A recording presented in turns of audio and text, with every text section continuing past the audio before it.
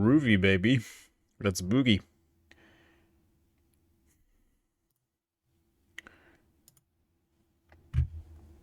Okay. So, we played this last...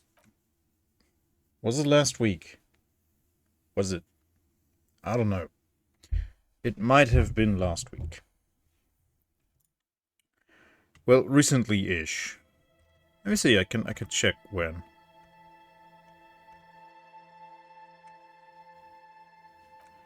It was on May 8th. 11 days ago. Okay, so almost 2 weeks ago. Well, that's sad.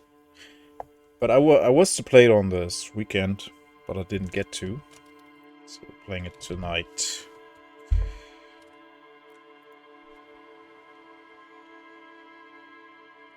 Groovy Boogie Baby.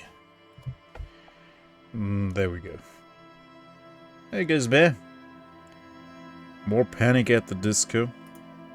Let's go emo. Welcome in, Ghost Bear. Good to have you.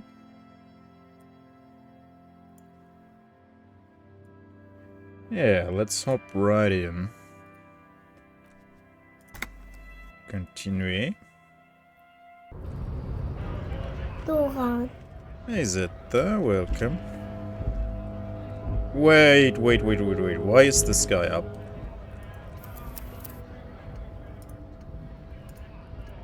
Why is he Okay.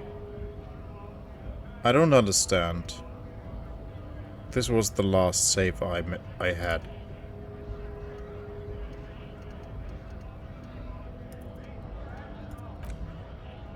Hey Doran, hey Bond, welcome in. Hello. Good to have you guys. So I don't know why the most recent save had this guy still being awake, but okay, whatever. Can I search him? Oh, I can search this. Okay. So now we opened the gate. Is that right? Hey, V2. Thank you for looking.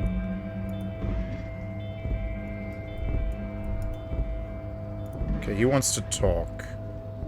I'd appreciate it if you didn't force us into situations where I may have to shoot random civilians, because that won't get us anywhere. Oh, yeah, I understand, V2. Thank you so much, man.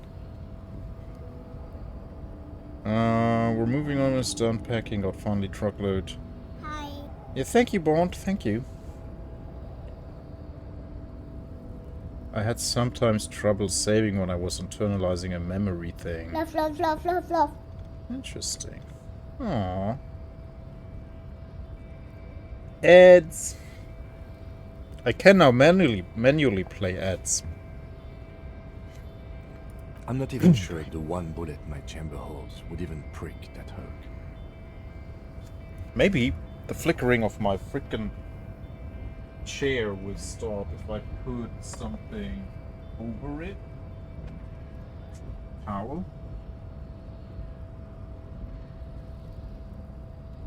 Maybe that helps with the flickering. If it's not like... Yeah, that helps. Guten Abend. Oh, ads are over. Nice.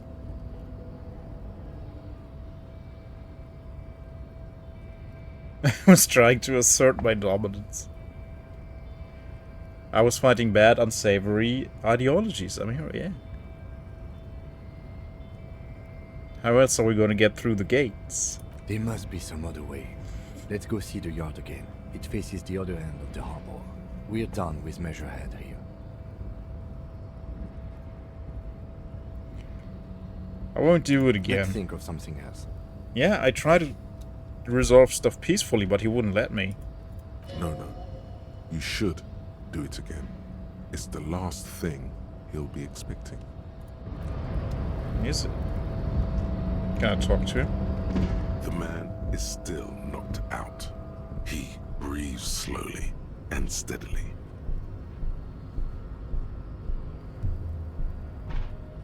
It'll Yeah. take a few moments Yeah, for it to I figured recover. that out too. The game doesn't make that very clear.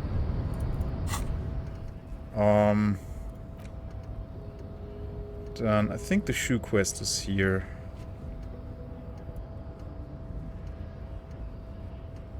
Yeah, find your other shoe. Yeah, I figured that out too.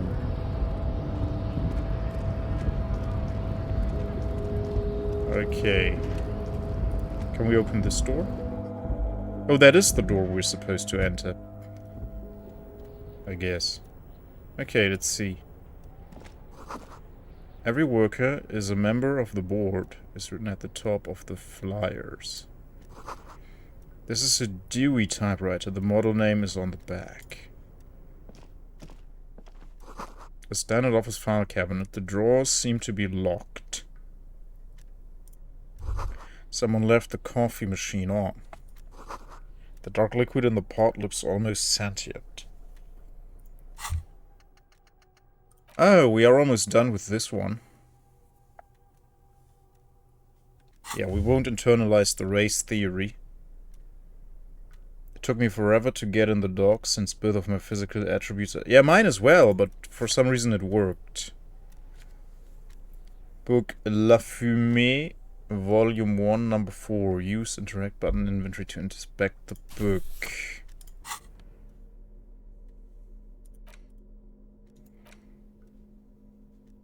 The front of this quarterly journal features a large satirical portrait of the late King Friesel. From the sides of his head, a pair of white antlers spread to the corners of the cover. Oh, that's not bad. Okay. Why antlers? Why Friesel? Flip through the pages, see what catches your eye. To your disappointment, there aren't any full-color pictures to direct your attention. Just column after column of closely set text, Only text. interrupted occasionally by little doodles in black and white. Doodles. After rifling the pages with your thumb several times, you return to the table of contents. The magazine is divided into several sections: international developments, Kunst und Kultur, and local concerns. Kunst und Just Kultur. inside the cover, there's also an editor's note. Kunst und Kultur. Okay, read the editor's note. I want to catch up on international development. What is Kunst und Kultur? Local concerns. Comrade, as you know, this journal takes its name from Mazov's immortal expression, Du cristal à la fumée. This was his way of describing the way the rigid, crystalline structures of capitalist ideology turned to smoke under communism. Kunst und Kultur. But, like the structures of capitalist ideology, we too are at risk of going à la fumée, unlike many publications which are content to spoon-feed their readers reassuring drivel. La Fumée is committed to telling the radical truth, even when that truth may drive away potential subscribers. So please, if you value our radical Mazovian perspective on contemporary politics, culture, and international affairs, please consider subscribing today. Yours in struggle, the editors. Also hit the like and the bell buttons. I think this is a communist magazine. What do you expect? It was laying around the office of the Debarders Union. They're probably bankrolling the thing. You flip back to the front of the magazine. The table of contents unfolds before you. This section includes a long, tedious critique of the latest round of free trade negotiations between the EPIS nations and the Free State of Semenine.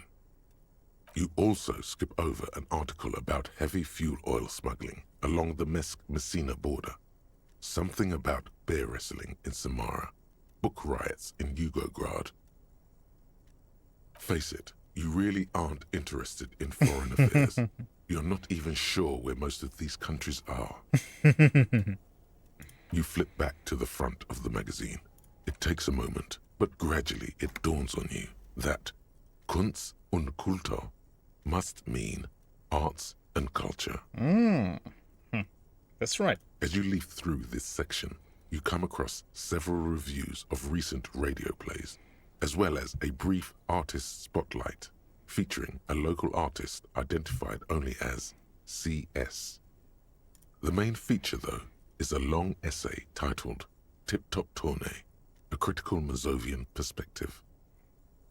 This so-called artist spotlight is really just a brief Q&A, made all the briefer by the subject's evident hostility to her interviewer. The actual article is surprisingly light on details, but after skimming a page or two, you gather that it has something to do with motor carriage racing. If you don't follow it, you only ever hear about the ludicrous sponsorships and obscene death toll. Let's see what these communists have to say about Tip Top. You think you're settling in for a relaxing recap of the most recent season, maybe sprinkled with some nice anecdotes about a few of the more colorful drivers. Instead, you find yourself skimming a 10,000-word feature about all the politically problematic aspects of Tip Top Tournée. What's wrong with Tip Top? Where to even start? For one, there's the crass commercialism of its sponsorships, and then there's the practically criminal emphasis on deadly motor crashes.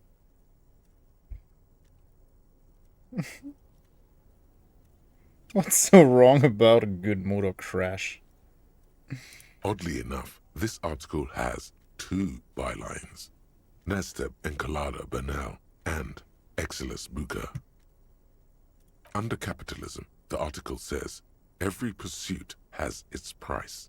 Every pleasure, even one as elemental as the joy of racing others around a track, is reduced to an advertising opportunity.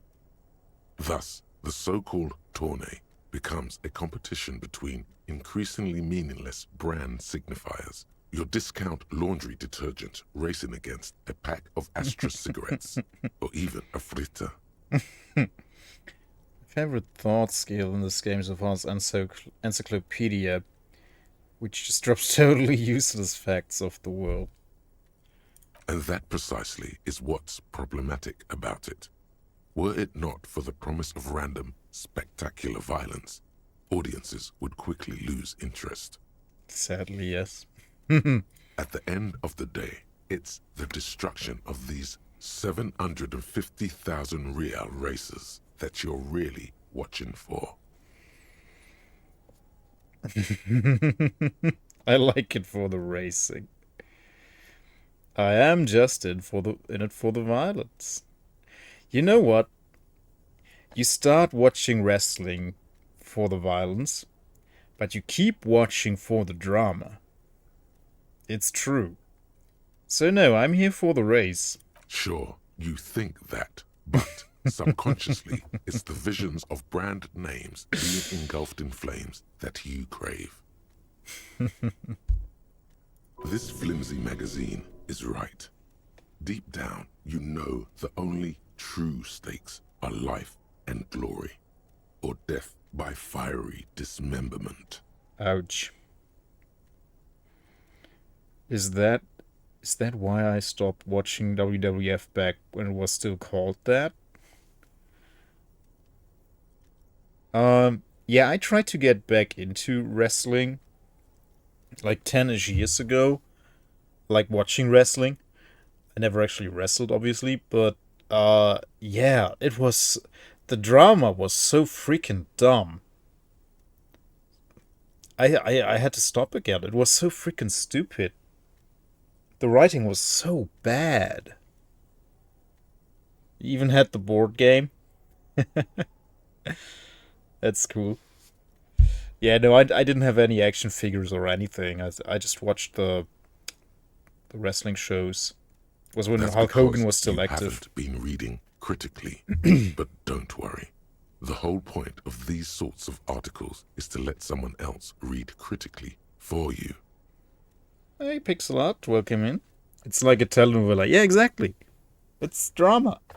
It's stupid, brainless drama. Good to have you, Pixel Art. Welcome. Built my own ring for my Lego Technic figures, where they were posable enough for power drivers and suplexes. Did you know Tip Tournay is actually an orgiastic ritual of capitalistic destruction? I had no idea. Isn't WWF wrestling totally fake? Like almost reality TV fake? I never watched it, I think. No, it's all real. Zeta, those 200, 100, 250-pound guys, they smash into each other from 2 meters above, like for real, with their whole body weight. And they really punch each other's faces. No, it's they are what we call in German Schaukampf. It's just it's just a show.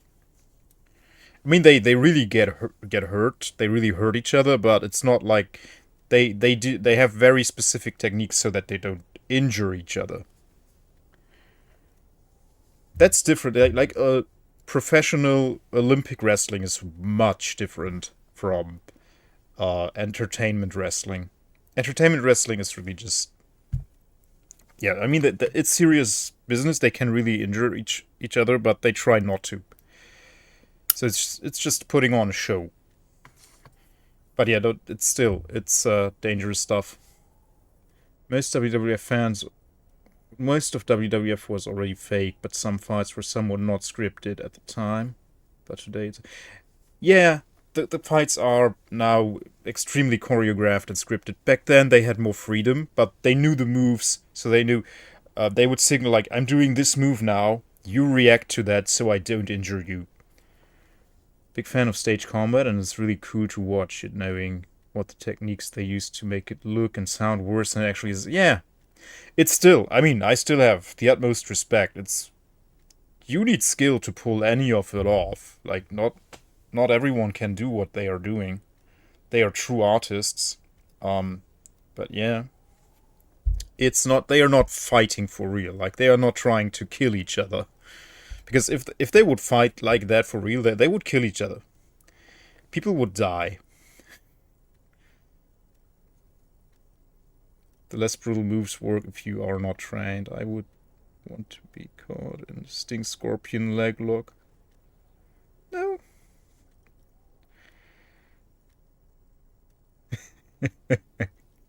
Yeah, it's all stupid stuff. But yeah, when I tried to get back into it, they started with all this supernatural garbage.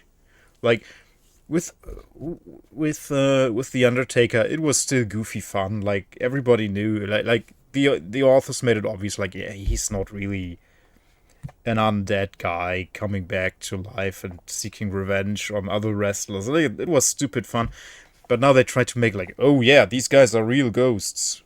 Ooh. Like,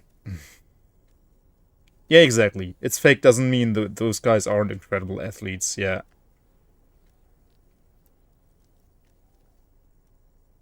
They are definitely, like, there's a lot to these fights, definitely.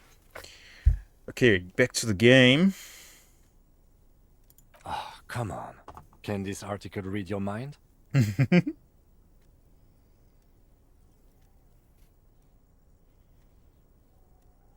Well, there you have it. No reason to get hung up on the pretentious ramblings of a few young men.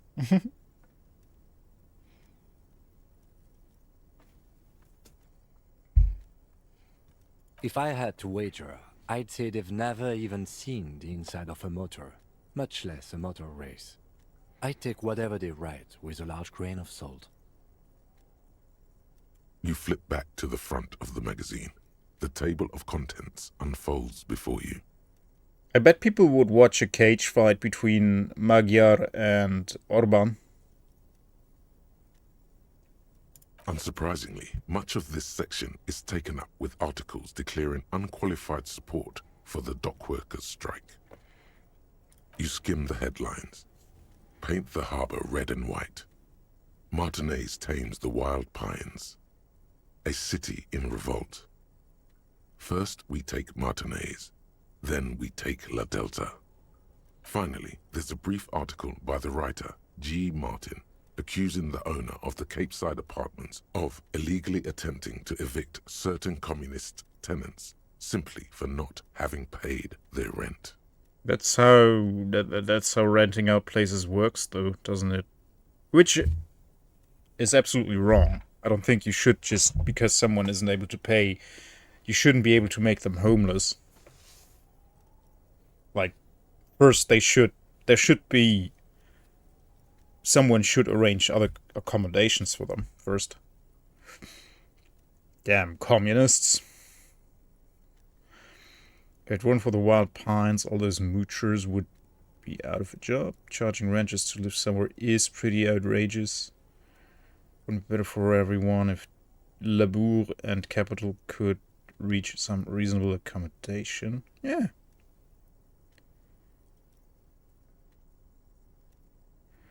Why should I care? This doesn't have anything to do with me. According to these editorials, there can be no accommodation with the forces of international capital or their mucilaginous allies in the coalition. Mm-hmm. Why do communists love puerile insults? And they wonder why they're always being left out in the cold. Judging from the context, it's something very large and fundamental. You should probably know about it already, honestly.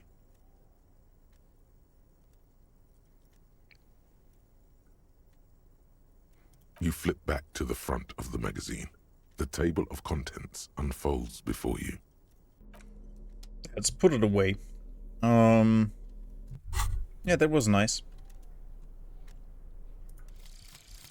Mazovian Socioeconomics. Ooh, that looks disgusting. 0.000% of communism has been built. Evil child-murdering billionaires still rule the world with a shit-eating grin. All he has managed to do is make himself sad.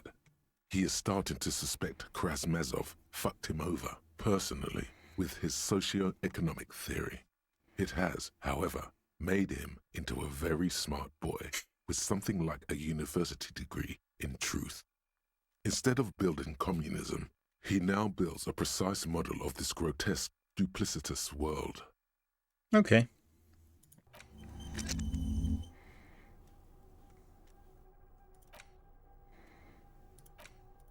Okay, so these will be done soonish as well. Nice.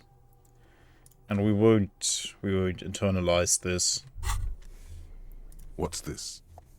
We're getting reports of normal, reasonable, temperate political opinions somewhere in Martinez.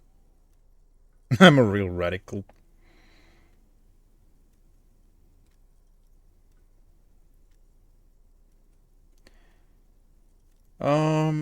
I don't know, this game was released in 2019. I don't know how much AI they would have used if it was that readily available.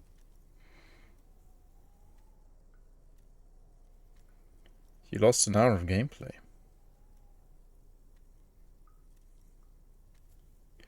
That's me, Mr. Reasonable. Someone's got to keep it sane around here. This is because I keep saying... Oh yeah, that's true. Oh yeah, I thought you were talking about just the text. I keep saying none of the above to political stuff, isn't it? The air suddenly feels calmer, more transparent in a strangely tender way. Perhaps it's the hangover. Perhaps it's a temporary surge of serotonin. But something tells you it's time to become a citizen of the Kingdom of Conscience. Hey, flowering dancer, welcome. It is not a place.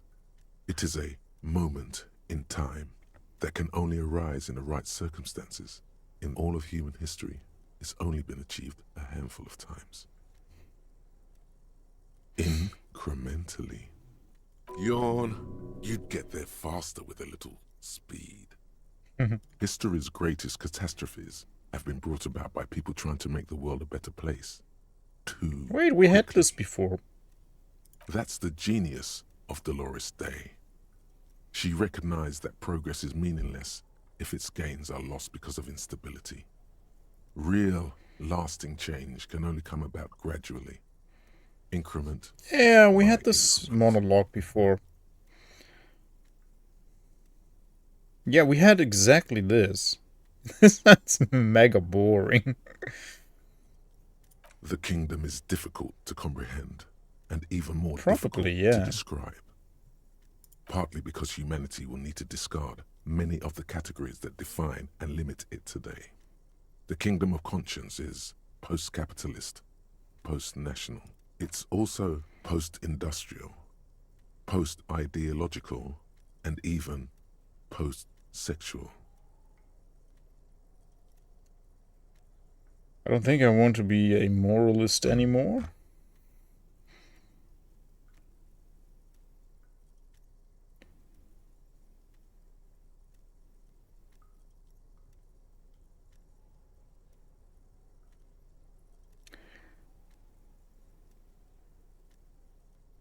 Let's go there right now. Slow down, Mr. Reasonable. Did you miss the part about compromising and taking things slow? That's right. Remember, real democracy is just around the corner for Revachol. When that real democracy kicks in, a long time from now, we are all... So yeah, I don't know why that...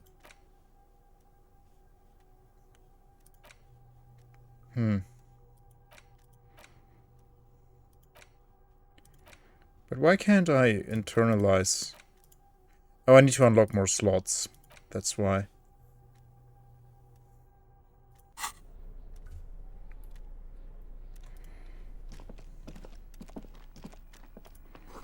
The radio is emitting a strange buzzing... Strange buzzing sounds. There we go. What's that? An imposing combination of a punch clock and a payphone is looking down at you from the wall. A note on the side says, tokens unavailable due to strike. Use change. I don't want to call anyone.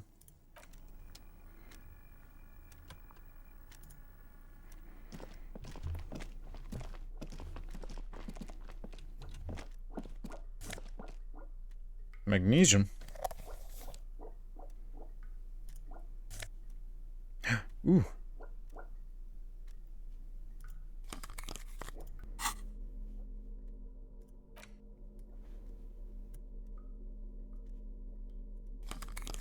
Ruby.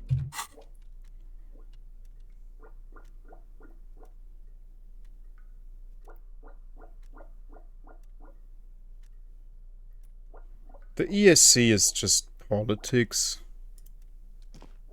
None of it is legit.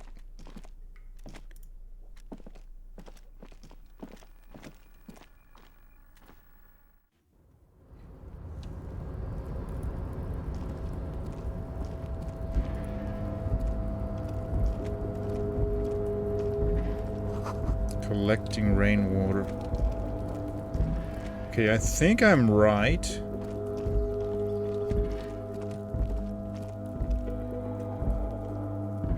I think.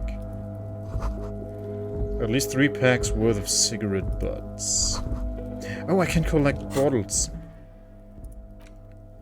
Where's my bag?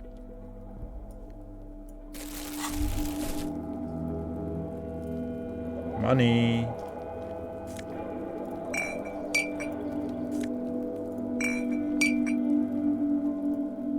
All those empty wine bottles and cigarette butts on the ground. Someone partied really, really hard here. The coat. What about the coat? What coat? What's with that coat?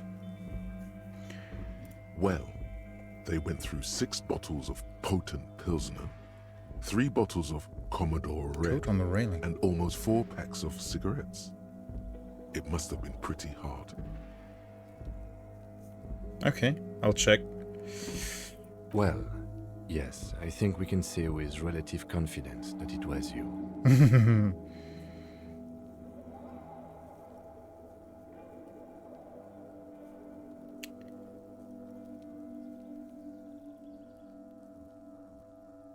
Oh yeah, it's the Alt key. Yeah, thank you, Pixel Art Dragon. Thank you. Advanced scouting mission. Yes, Oh, this is actually pretty this sad. scene isn't exactly ripping with joy. Let's just move on. Yeah, self-medication is definitely not joyful. This is the Night Watchman's booth. The name on the door reads, René Arnaud. This is where Renee works. I'm gonna look around. If you must. But please hurry. We are pretty easy to spot up here. Nothing incriminating catches your eye. The cabinets are clean and their sparse contents meticulously organized. Yeah, for There's a so framed many. photograph on the table. And I only played like 10 hours of it so far, and I love it. It reminds me a lot of Planescape Torment. One of my favorite games of all time. And this has a very similar feel to it. It's a black and white photo of a young couple out in a street fair. The man, René, is dressed in a Royal Carabinier uniform. The girl is young and very pretty. She is smiling playfully at the camera. René looks like he's about to smile. This photo must be tied to some good memories. Why did you take that picture of René?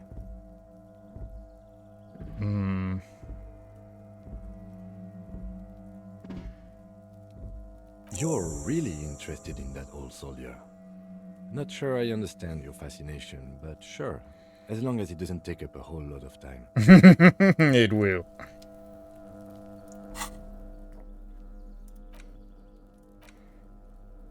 Ah yeah, that's him.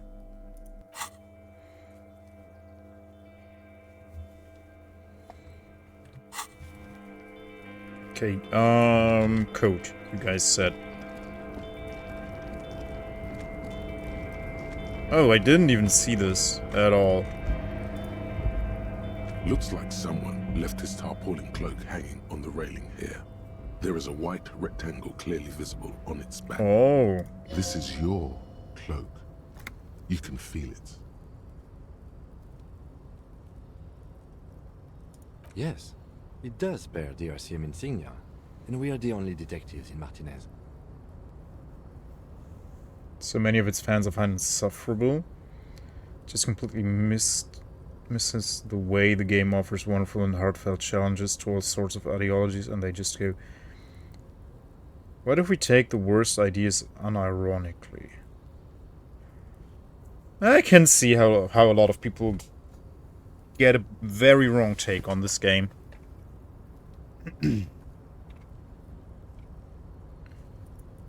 The service cloak issued to you by your station? Yes, yes I do.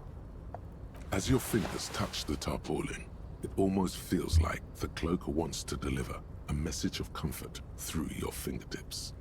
I will shield you from the elements and give my life for yours. That's what the cloak is relaying. That's what jackets do.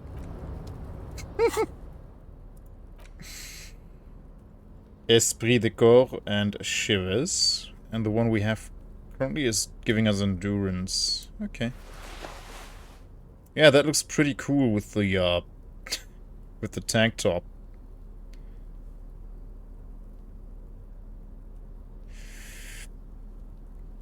Okay, we have some fashion options now.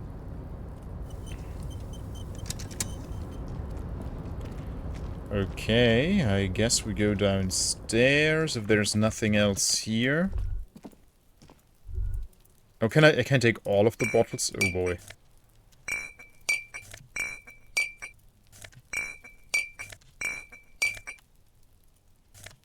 We're rich.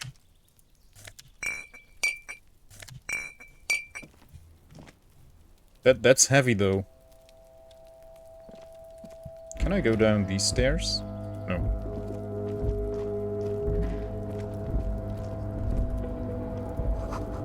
All around you, great machines in quiescence. Quiescence?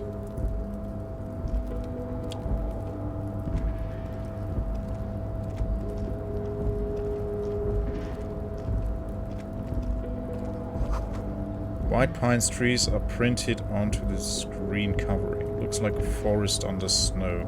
Oh yeah. Yeah, it does.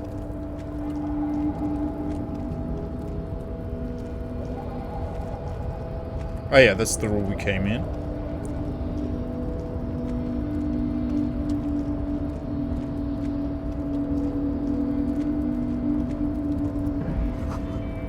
You see faded industrial lettering on the platform, Kvalsund.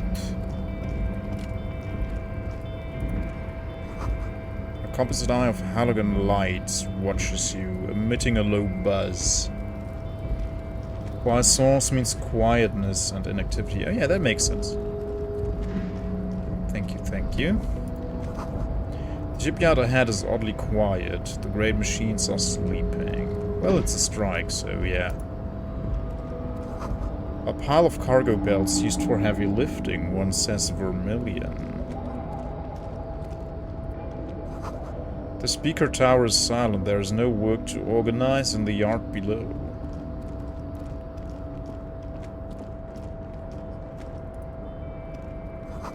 Industrial-sized thermos. Smells like burnt coffee. There's coffee in these? Darn.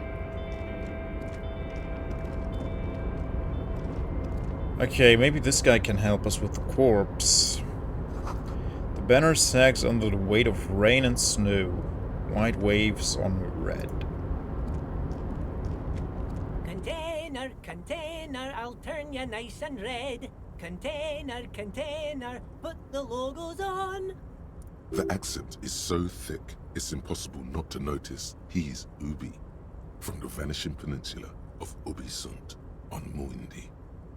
Container, container, used to be Wild Pines. Container, container, now belongs to Everard. Tiny man is so engaged in his work he doesn't notice you. Oh no, I want to interrupt him. The accent. Container, container, Everard, Everard, Everard. He looks after everyone. Huh? Well, hey there. How can I help you, mister? The look in his deep blue eyes is as sincere as you've ever seen. Kind of makes you feel like an arsehole for no apparent reason. I see you are not a union man, mister. Did you get lost? You're not one of them scabs, are you? No, I'm not a scab. I mean, I don't personally mind. Folks is just folks, you know, and folks gotta eat. Just some of the other guys don't look too kindly on the scabbing kind, if you know what I mean, mister. What are you doing with the containers? Where's everyone? Well, everyone's on strike. You work here, obviously. Oh, Wolfie. Thank you again so much for the biddies. I appreciate it. Thank you. And welcome in. Good to have you. Gotta lurk a bit? Oh, no sorries here. Please. You do you. Thank you so much for lurking, man. What's in that container over there? Point to the container suspended from the crane arm. You're looking for the leader of the Dock Workers Union. Oh, you want Mr. Everard then? He's an awfully nice fellow, he is. Him and his brother are both nice fellows. They've lived their entire lives in this here neighborhood. Sounds a bit Scottish, doesn't it? Guys like Mr. Everard and Mr. Edgar, his brother, are real good guys. Made Martinez what it is today. Mr. Everard and Mr. Edgar and I went to the same school we did when we were boys. Yeah, like... Sounds a bit Scottish. Welsh? Yeah, maybe Welsh. Like a splash of Irish? Maybe? Could be Irish. Oh, Mr. Everard is usually in his office, of course. But you gotta be quick if you want to see him. He leaves around 10 p.m. Oh.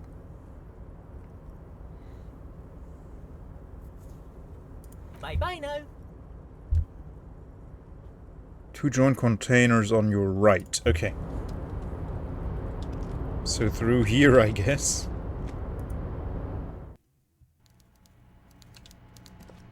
So he should be in here.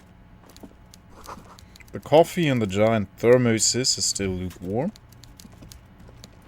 I want one of these. Oh yeah, that must be him. He's Gizmo from Fallout 1. How do we get up there?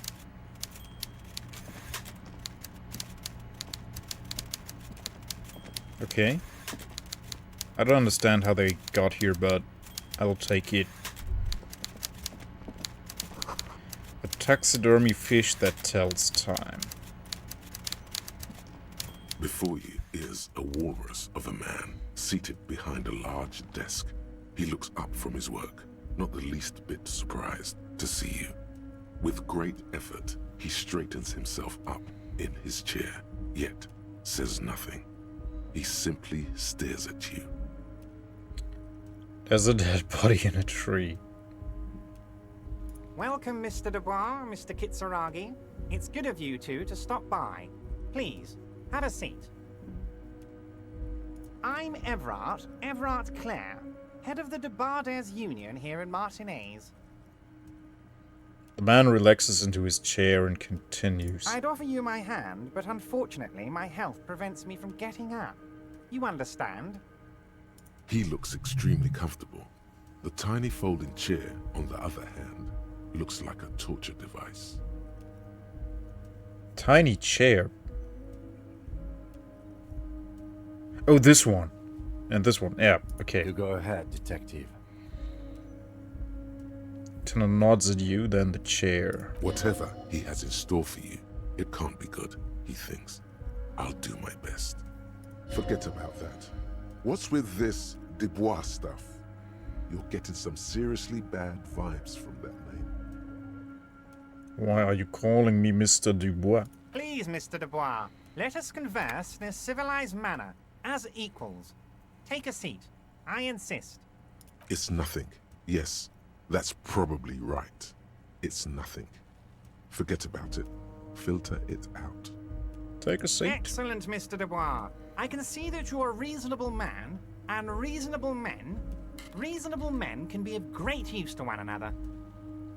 So he wants to cut a deal. Wink back.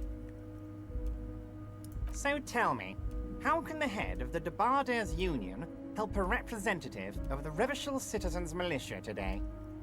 The chair you're sitting on has got to be the most uncomfortable chair in the Hurt world. my help. It's violating your backside. Oh, by the way, I heard you got a rather rude reception from a certain Lawrence Gart. Some people have no manners, it pains me to say. This should take care of that nonsense. Okay. It should be sufficient to cover your expenses for a few days and patch over your differences with a cafeteria manager. Go ahead, take it. Why is he doing that? Hey, For us. that's 25 real. That's good money. Yeah. Think of all the stuff you could. You know, Garte. You take the comically large check.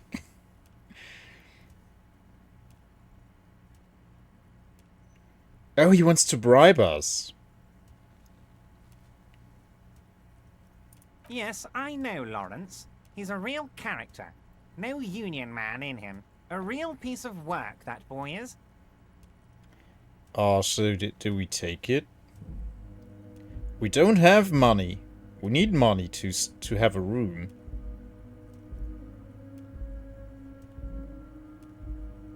So, do it. I mean, I don't know. If he wants to bribe us, we don't know. Does he want to bribe us? Don't mention it. But also, don't forget it. I'm just kidding, of course. Now, I'd like to set your mind at ease about one other matter. Your lost gun. Let me assure you, Union people are on it as we speak. I've got my best hounds looking for that lost gun. His slug-like lips move, but all you hear is an echo. Lost gun, lost gun. Oh, he's using the lost gun as leverage. Okay, but we already told our supervisor, so... The world is swallowed by a black hole of fear. Only 2 words escape its gravitational pull. Lost and gun. Okay, let's just play along. Are you all right, Harry? You seem anxious. Don't be. Everything's going to be all right. It's not like you left it loaded. You didn't lose a loaded gun. Local children aren't out there playing with it right now, pointing it into their own mouths. It's in a safe place. I just know it. I have a feeling everything's going to be all right. So yeah, he's trying to extort us. So I won't even attempt this. -2, the chair is killing you. Officer, we will deal with this later. We don't need Mr. Clare's help with this. I wouldn't be so sure about that. Oh no. God, you're sweating. Your knee is jerking. You're about to cry. Oh no. You're about to cry because you lost your A gun. union and those leader children bribing are the gonna cops? shoot themselves with it. Yeah, bribing cops in general.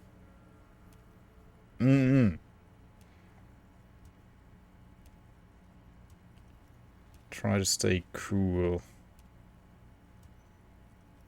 Men can cry too. You want to cry? Yes. God, you're weak. No. Whatever you do, don't cry. He'll think you're disgusting. So what? Mr. Dubois, you don't look so good. What is this, Mr. Dubois? He keeps repeating. What is he trying to pull here? You need to cool the fuck down. Chill. Mr. Dubois! Mr. Dubois! Harry! The large man snaps his fingers, but to no effect. You're in some stupor. Keep sliding down the chair like a jello shot. There are no Harrys. Let your mind go to your safe place. While Everard is distracted by your odd behavior, the lieutenant's eyes are mapping everything around you. The folder, desk, papers on the wall. Mr. Dubois, are you okay? Can I get you a glass of water or something? Are you having some kind of medical emergency? Maybe you could use your hands somehow, in a kind of throw-in motion, like you're throwing that Mr. Dubois act right back at him. He's Mr. Dubois.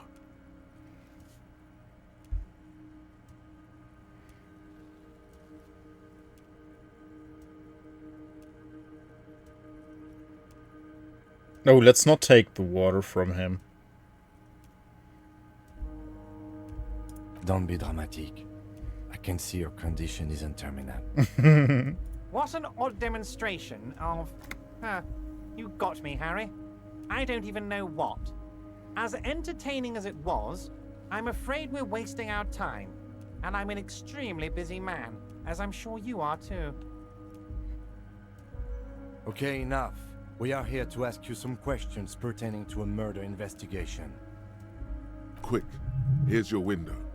Get yourself together and ask him questions. Police officer questions. It is about time to stop embarrassing yourself. Questions will help you regain some of your lost dignity. I'm told the union is involved in the local drug trade. Aren't you going to ask me how I got in? You called me Mr. Dubois, why?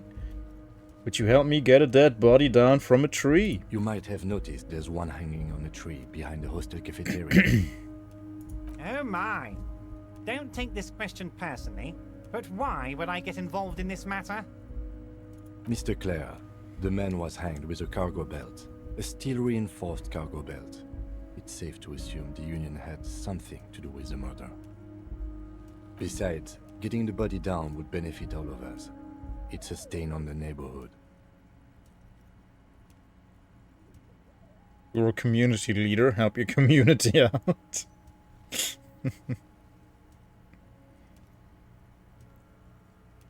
I can certainly see how having him up there might start affecting some real estate values. And health concerns, maybe, too? But of course, all joking aside, I am going to help you.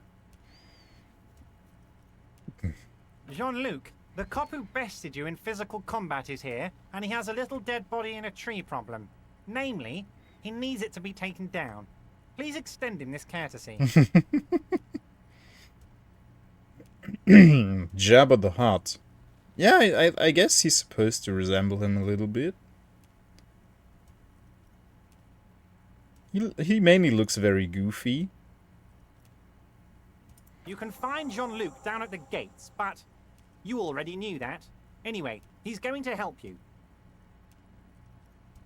I'm going to leave now, but we might talk later again. I want to squeeze this guy a bit more. Pizza, yeah, Spaceballs. I met Joyce, the company representative. Oh right, we were supposed to do something with her, with this guy? I don't remember. Let's like look at the notes.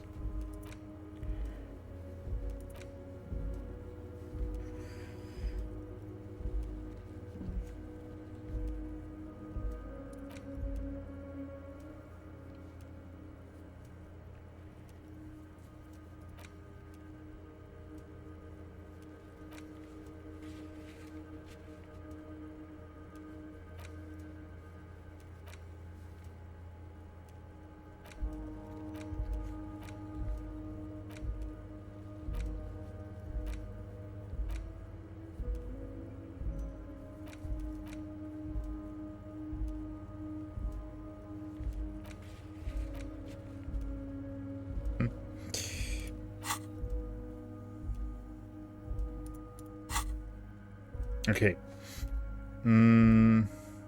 What? Harry, how could you say that to me? You know I appreciate a joke as much as any Johnny Fat Guy, but I can't take slander. Are you actually investigating this? No comment. Harry, you wound me, Harry, in the heart. But I trust you to put this to bed. Do what you must, and let's change the subject, shall we? Thank you for your understanding. We will continue to do what we must. You too, Lieutenant. You know, I like you, but you never were my favorite. I'm a Harry guy. I'm Team Harry. None taken. Did we have anything else to do here, Harry? Didn't deny it. Am I going to ask? Hell, Harry. You spin-kicked my strongest man in the face. I saw it from my window. Would you ask a man like that how he got into your container yard? I'm a terrifying death machine. It was a figure of speech, Harry. Of course I don't have a window. I'm in a container. Anyway, I assure you, I am a very well-informed man. Information reaches me before I even get the chance to request it. Of course. Let us dispatch with the formalities. You call me Everard, I call you Harry. That's what the hang. Very groovy. Harry. My God, so it's true. I didn't want to believe it, but you are a fantastic science fiction amnesiac cop, aren't you? What are the odds of that? I think the odds of that are very low. So good to hear that, Harry. Apparently my sources were wrong. However, if you did have a spot of memory trouble, I could help you out. With my big fat folder. Are you trying to tell me you've gotten hold of some of our documents? The lieutenant inspects over his spectacles. Mr. Kitsuragi, would you mind? Me and Harry are talking about his lost identity right now. Drama.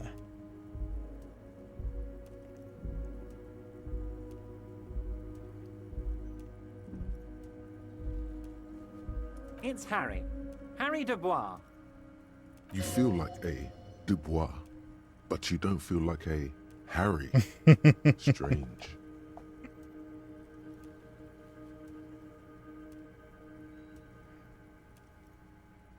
Harold, probably. Sure, okay. You're Harold. Harmon. Haroldamus. But that's not what the record says. The record says Harry Dubois, a real man's name. Mr. Kitsuragi doesn't seem even slightly empathetic to your memory loss, Harry. I, however, wish to help you any way I can. But of course, Harry, your precinct is the 41st and you live in Jamrock. You're a Jamrock boy. A long way from home, but that's okay. Family? Harry, you're not a family man. There's not one peep of family in here. Unless you think you're a family man. Do you strike yourself as a family man, Harry? Be a wonderful father. Family, Harry, is the most important thing in the world. Well, Harry, if I were to sum you up in one word, it would be apologetic. He's right on that. Yes, you seem to be, a lot of the time, but right now there's no reason to be. Let loose a little. Be Okay, you. I won't take 8%. Of course, Harry, of course. Let's not linger on personal details and amnesia. You wanted something from me. Yes, your lost gun. My best men are on it. They're turning every stone, searching every playground, asking kids, grandmas, everyone. That's not true, he's lying. Your gun will be found, Harry. Let me assure you of that. It's just a matter I mean, of time we know and effort. that some lady bought it. The only way to find it seems to be working with him. He might even be holding your gun hostage. Well, some lady bought it from the pawn shop, so he probably doesn't have it? Who knows? Only one thing is certain. If you work with him, you're going to get it back. And I think the working worst that with can him happen is I can might lose be some the morale only way and to or do health. it.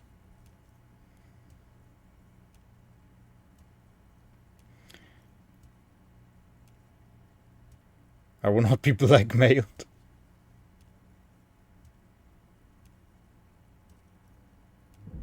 If I do things for you, I will get my gun back. Damn it, Harry. That's exactly what it means. I'm only kidding, of course. Kidding. He is not. No, he's not. Of course. I understand. We help you, you help us. Let's hear it, Okay, Harry. let's get the check. Everard's large hands are covering the folder, but the look on his face says, I know everything about you, Harry. I've got nothing to hide. Oh, Harry. Yeah, Oh, plausible. wow. This is really something. I'm sure it's not that bad. At worst, he has an old RCM folder, and I very much doubt even that. So how about it, Harry? You need assistance, I presume? Ah, this? My friends in your organization gave it to me, Harry. I find that very suspicious. May I have a look? I'm afraid this is meant for Union eyes only, Mr. Kitsuragi. I'm sure you understand. Please continue, Harry.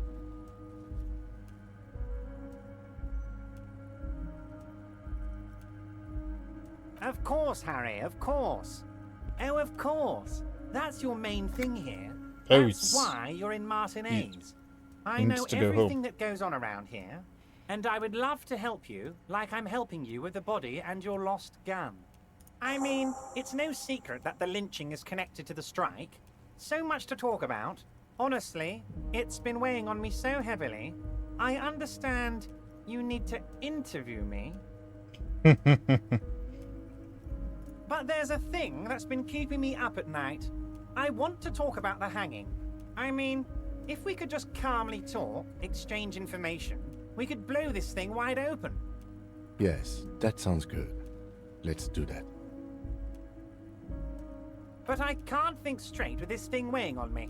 You're police officers, aren't you? I have a crazy idea. You guys are basically door-opening machines, incredibly talented at opening doors.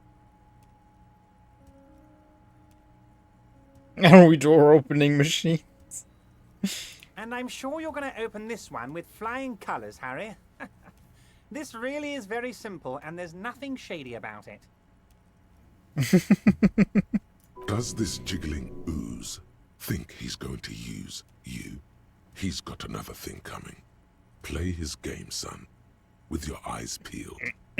He's going to slip up, and when he does, you're going to come out on top. Why don't you just open it yourself? Whose door is it? I bet you don't even know anything about the hanging. He knows probably everything. I'll look into it. We need to talk about that murder. Accept the task. Harry, I'm a very busy man, and more importantly, I don't have that extraordinary physique you do. You look like you could run around all day. You want to send someone a message that the police are working for you. I repeat, I'm a very, very busy man, Mr. Kitsuragi, and therefore I must occasionally enlist outside help. So what will it be, Harry? Whose door is it? Oh, no one. It's just a weasel. A weasel lives there. Nothing for you to worry about. I guess we must. Fantastic, my friend. Just let me know when it's done and we can take our friendship to the next level. You can get the key from Manana. He's down by the gates. Manana's like a free agent in the Union. Special operations. Hardened socialist. A real free thinker too. He'll tell you precisely where the door is. One last thing, Harry. Just open the door. You don't need to go in or anything. I just want that weasel to come home and see the unlocked door.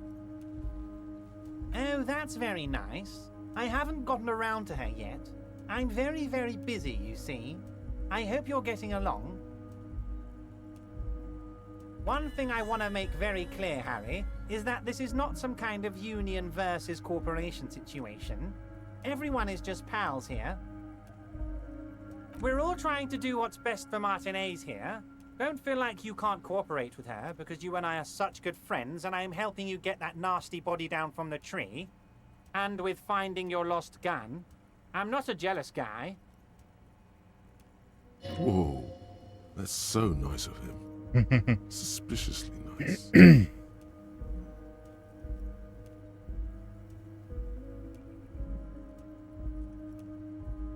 Vanished? Harry, the woman left her casserole in the oven and couldn't make it here in time for the voting. Oh, did I leave my casserole on? Better go home and check. The election can wait. When she got back, the whole thing was over. What do you mean, Harry? Nothing. I let him go. You made concessions for the company in previous negotiations. Why would you let an ally like that go? He's an old man, Harry. I wanted him to spend more time with his family. God knows how long he's got left. You called him a midget. Harry, I have little people in my organization. I would never call Hey, someone not a slipping. midget. What is this? Cowabunga cheeseback. Welcome in. Honestly, I'm beginning to think you're a midget, Harry. I'm only kidding, Harry. You're not a midget. No one is. We're pals. It's hard to say if he really lost his temper, or if this is another one of his tricks. This man almost never angers visibly. I'm just a nice guy, Harry. I wouldn't be where I am now if I wasn't nice. Politics is all about emotions, and I want you to have positive emotions when you think of me. Okay then, positive emotions it is. You like positive emotions.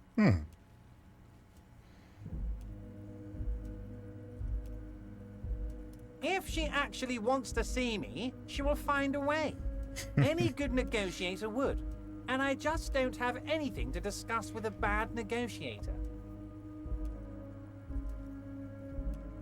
He doesn't want to see her. It's as simple as that. Yes, yes. Low balling, of course. This isn't a casino, Harry. Real people, real livelihoods are at stake here. But everything's a casino for those rich types. His expression makes it clear. This is childish and irresponsible behavior. Of course, Harry. Let me just assure you one more time. It's perfectly okay to share anything we discuss here with this Joyce. This is a completely transparent organization. I have no interest in what she is doing, but I myself have nothing to hide. Your business is your business, and I respect your privacy. Just remember, none of this is secret. Tell her about all of it. My brother's picture, my singing swordfish clock. Tell her how overweight I am and how I'm helping you find your lost gun. Tell her about everything. Everard doesn't mind. This is weird. Not nice weird, but okay.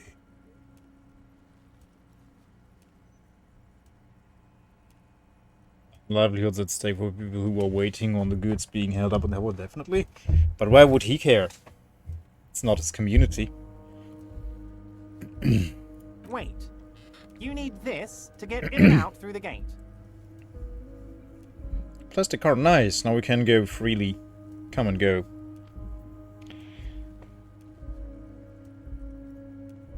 Here, you're one of us now. A real red and white union man. Take care. Neat.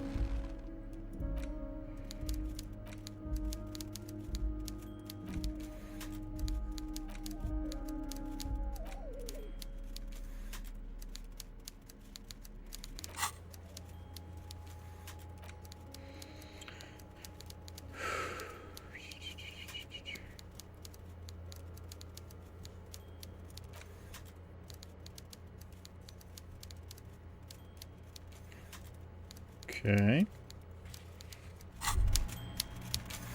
Where do we Jamais vu. cash the check? Realization. Jamais vu. The opposite of déjà vu. Not already seen, but never seen. Everything that should be familiar appears strange and new, like some half-forgotten day in your childhood. Only now. That's the feeling you've been having. And for who knows how long. You should go and ask Joyce Messier about this. What world are we in? This is a fundamental question. Rigorous self-critique. Here it is. Hard facts from the man you are. You once jerked off in the locker room and were caught. You held a young woman by the arm and kept her in your apartment for 20 minutes against her will. That's right. These are not flights of fancy. These are real deeds, Harry, emerging from the darkness of your past. You tried shooting a fleeing suspect in the foot, but hit him in the pelvis, crippling him for life. And, above all, you let life defeat you. All the gifts your parents gave you, all the love and patience of your friends, you drowned in a neurotoxin. You let misery win, and it will keep on winning till you die, or overcome it. Oof. Lonesome, long way home. Here we go. Home awaits. Walk past Station 41 and through the market, past the Boogie Street spearhead to the other side of the lake, the frozen eye at the center of the district. Then past the video rental store on the corner. There, at the end of a street lined with pine trees, a small house no larger than a matchbox, 11 Voyager Road. You no longer live there. Those times are gone. And so are those people. Why did you come here? Why are you still here? And where's the dealer? You have to get back to work. That's all you have now.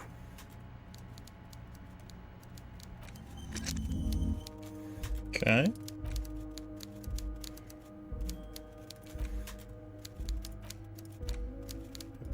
Yeah, I need to unlock more slots. But I don't have points for that, do I?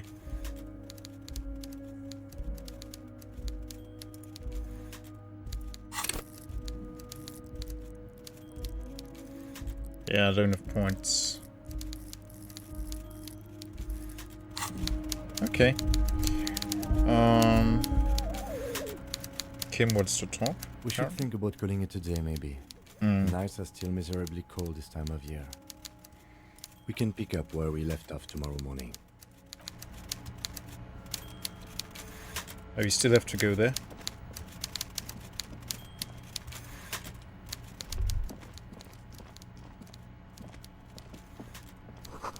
Looks something forgotten on the coffee table. Where? What? I don't see anything on the coffee table.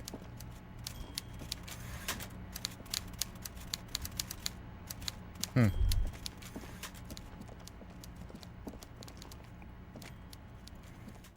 Hmm.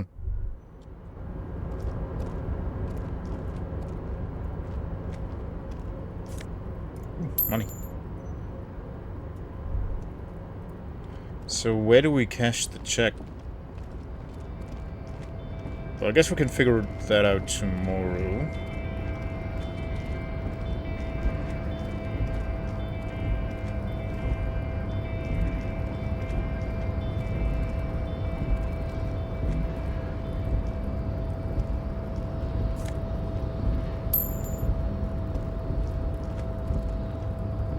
Can I please go downstairs? No? When I run, he runs up. It's odd. Okay.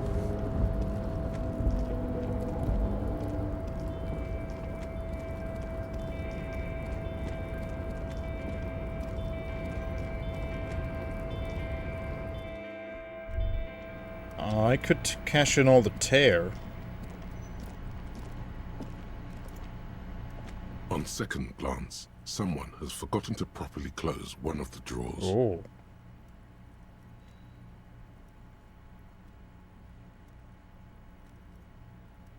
After 22, yeah, they said he closes shop at 22.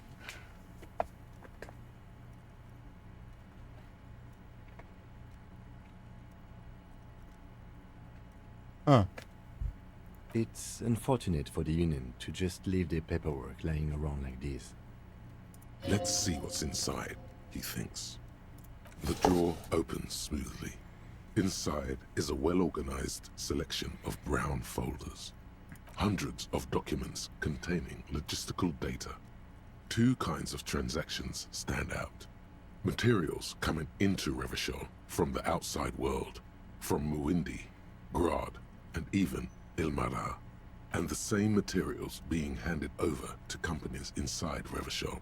Kuron, Coal City, La Delta, and Jamrock are listed among the many districts where the imports are being sold.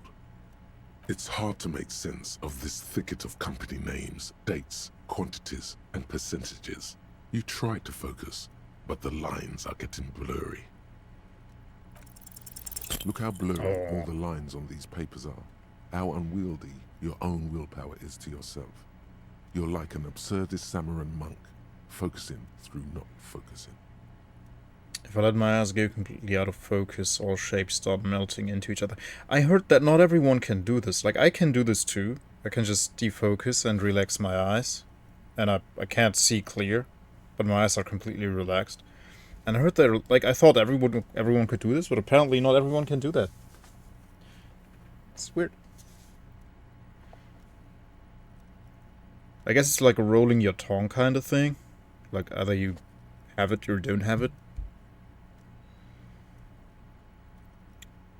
Could actually focus through not focusing. You are a police officer, not a spiritual healer. You can focus the normal way by turning your attention to something and not letting go. Is that what you're doing with those folders over there?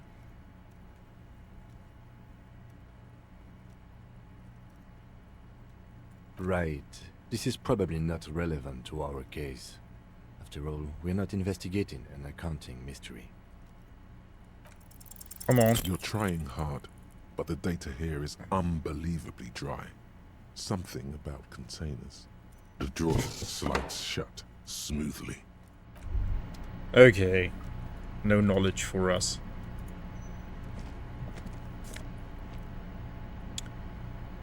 Postcard Le Jardin 21.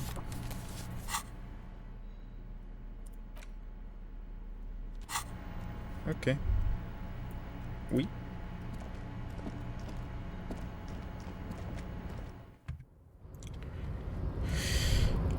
I want this money. I want to get on the roof. maybe we can figure out how to do that tomorrow.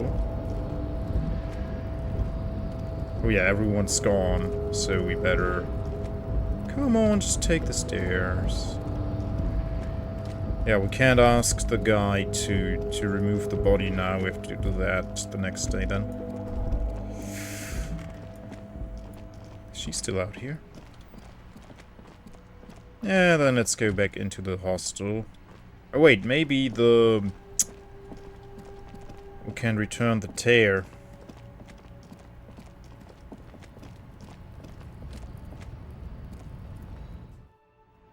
Oh yeah, they're still open. Poor lady has to work. The tear machine stands in the corner. Your bottles clunk into the machine. 1.2 real. With a satisfying jingle. You're a richer man now. Not much richer, but... Okay.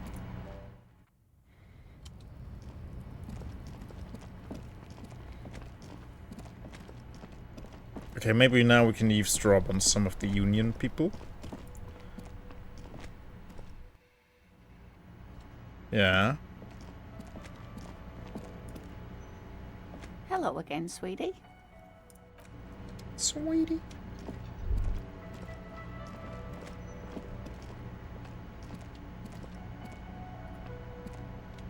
Can I help you?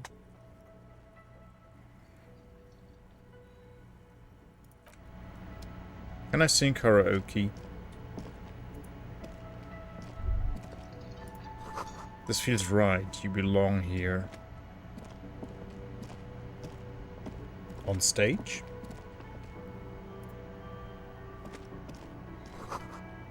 Summer door closed for the winter. Okay. I see money.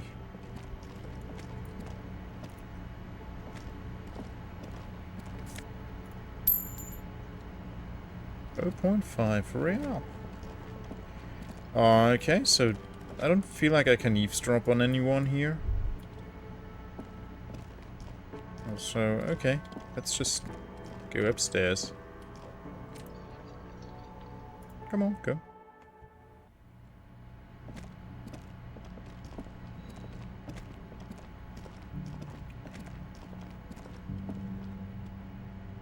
You need to find inspiration, what to sing. Okay. Well, there's a radio here. Can we talk to him outside on the balcony, it said, right? Yeah. The smell of the sea makes you dizzy. No, he doesn't want to talk. Oh, they fixed the window. Nice. Yes? Me? Yes, you. I don't see how my life is pertinent to the investigation. Well, better together we have more report. Come on, Lieutenant, open up a little. You're right. What's there to know about a lame binoclard? What? That's a fair point. Alright, for the good of the investigation, what do you want to know? You're wearing glasses? Yeah. You don't look like other people around here. Do you ever talk with yourself? No. No. Okay. The lieutenant nods. That's correct. That makes him a binoclard. Completely uncocked material, if you say so yourself. I'm not gonna call him a bino, no. Glasses are cool. Are they? They're mostly just cumbersome. You could use a good, normal pair yourself. This doesn't really matter. What do you mean? When you're thinking, do you ever have conversations with, like, your brain? I have no idea what you're talking about. So, how do you know, tap the side of your head?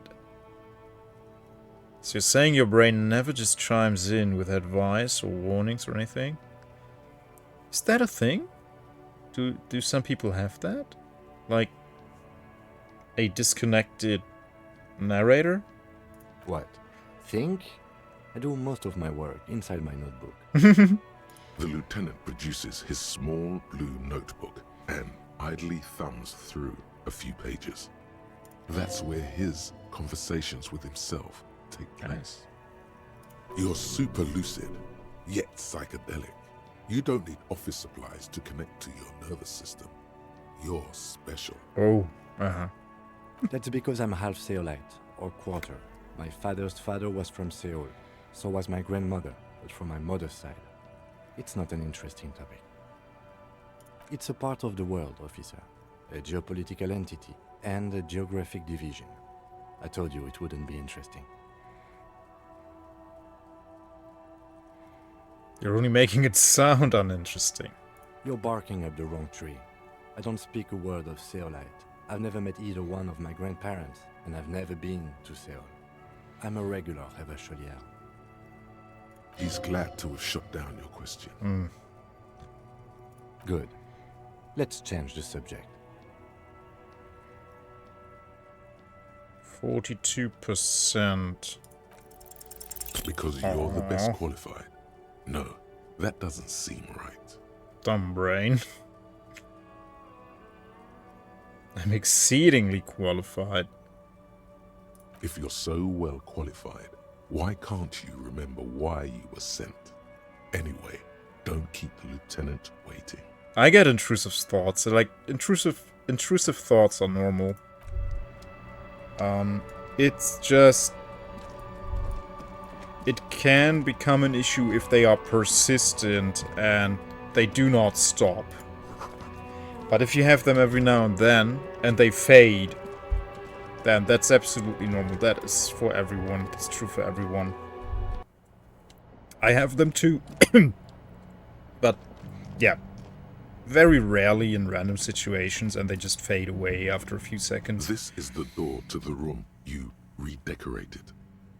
It's like, what if I did that very ludicrous thing right now? And it's like, no, we're not going to do that. And then we move on. Like, that's what it's like for me. Like, yeah, it's like the brain is saying, oh, what if we do this completely unhinged thing that no sane person would think about? And it's like, then my consciousness kicks in and says, no, we're not going to do that. That's stupid. Just a moment. You had some questions earlier, I believe. And besides, we should discuss our progress on the investigation. Let's go out to the balcony. Yeah, stuff like that, exactly. I have that sometimes with my phone. Yeah, when I'm at heightened places, I'm like, oh, what if I grabbed my phone and just tossed it over there? And it's like, no, I need that. I can't do that. Or like sometimes when we're on a car ride, I'm like, maybe it would be interesting to open the door like a little bit and see how much wind would come in and stuff like that or something. And it's like, no. Stupid, no, stop it.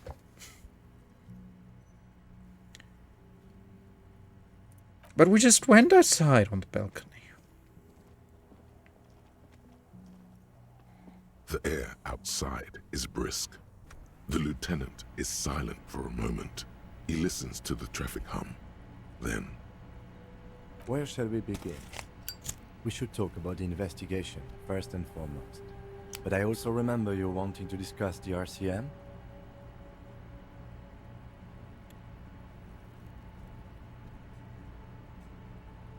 You could definitely do that. Yeah, exactly. Like, yeah, but what if we actually did it? It could be fun. It could be interesting. Let's see what happens. But yeah, reason will kick in and say no. What are our powers exactly? I have a cigarette every night when I go over my notes. It's something of a ritual. oh man, he looks so devastatingly cool with that cigarette.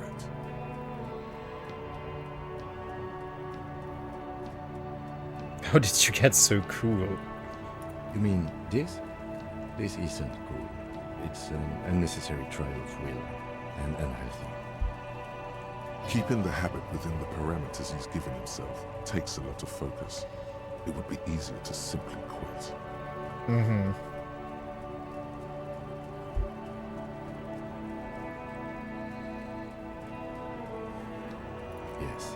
It's been a long and eventful day. Well, we inspected the victim's body, so that's good. It was not easily approachable in that state, but we did it. Our inspection could have been more thorough, as it always can, but we have some leads we can follow up on. The body is still hanging from that tree, which is unfortunate. And there's still much to do at the crime scene. He is not particularly satisfied with your progress, but he doesn't want you to feel completely discouraged. Probably out of fear that you'll just give up and keep drinking.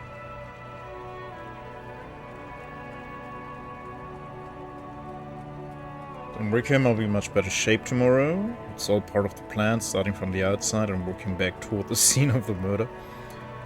I'm sorry I couldn't do more today, I'm just not a very good cop, and let's pick the first one. I look forward to that.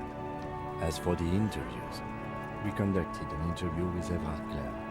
He wasn't particularly forthcoming with useful information, however. I can get him to tell us more. Claire also helped you, how should I say, remember your name? That's a relief. It's a very serviceable name, too.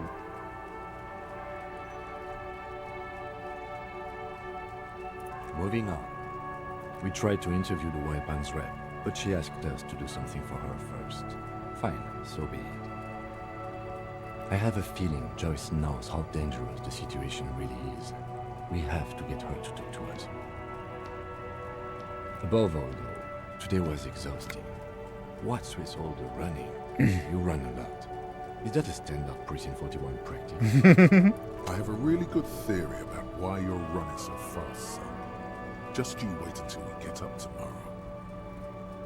It's part of the Jamrock Shuffle. I don't like to waste time. I'm training for a long distance run. It's just how we rode in Precinct 41. I don't know why I do the things I do. It's impressive, especially for a man your age. And in those hills. Nice shoes, by the way. I like the green. Goes with the orange. They're quite limited, actually. The power officers of the Revachol Citizens Militia exercise most frequently is imposing fines of up to 1,000 real for offenses, in accordance with an interdepartmental schedule.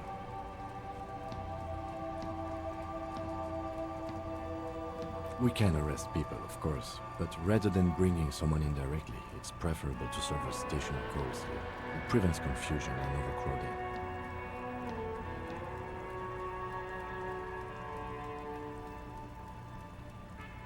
As you may have gathered from the fact that we are expected to carry a record of our kills, like the one in your watermarks, we are permitted to use whatever force is necessary, and strongly admonished not to abuse that power.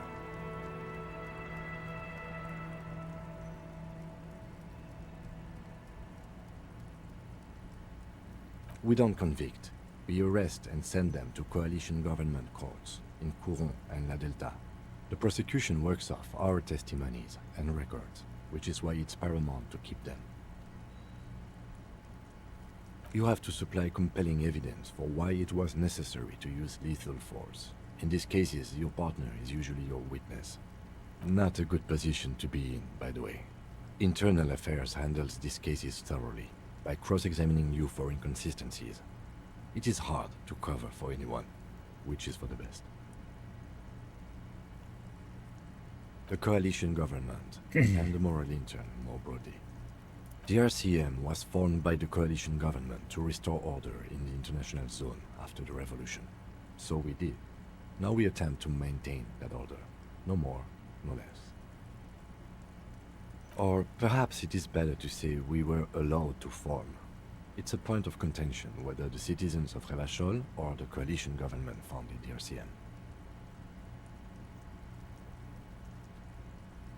Be sentimental if you like. Either way, the moral intern leases us the right to keep the peace in this city, and they will take it away if we misuse it. The Moralist International are the world's largest political organization. You know who they are. They have been running this place after the revolution failed.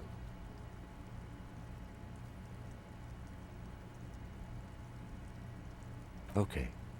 There are a union of center-left and center-right parties across the Real Belt. Our coalition government is just one of its many projects. They also run the ICP, EPIS, most intergovernmental organizations in the world. The moral intern are a fact. I try not to have opinions on facts until they change. And it doesn't look like that's about to happen. It is more than that. There's some kind of affection in him. Yes, I did, when I was younger. In my 20s, I considered myself a moralist. A blue forget-me-not, a piece of the sky. They're not all that bad. But the years have changed that. I don't know what I believe in now. No, I believe in the RCM. That's enough for me.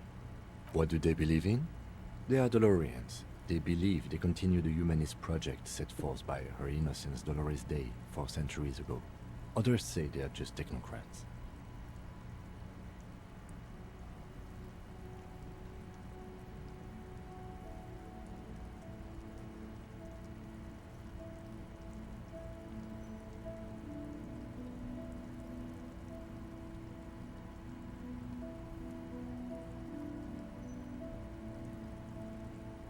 Interesting question. It's a blue forget-me-not. Their motto is love, compassion, self-discipline. I think you can gauge what they want you to think of them from that. Something ominous. Something even a little feminine. But in a strict manner. Feminine. A historic figure? The author of the modern age? You will have to look elsewhere for opinions. The subject of humanism is too abstract for me. For you, she is something painful, though it's hard to say why. Do you? Things are bad out there. We need them here, giving us the right to police Revachol. They've done an awful job here. Have you seen the place? This isn't humanism. We are stooges of the world's biggest bourgeois organization protecting bourgeois rights. Immigrants, liberal kids. Effing, men are turning into women, who cares? On second thought, I don't have an opinion, forget about it. I don't know enough about it to have an opinion.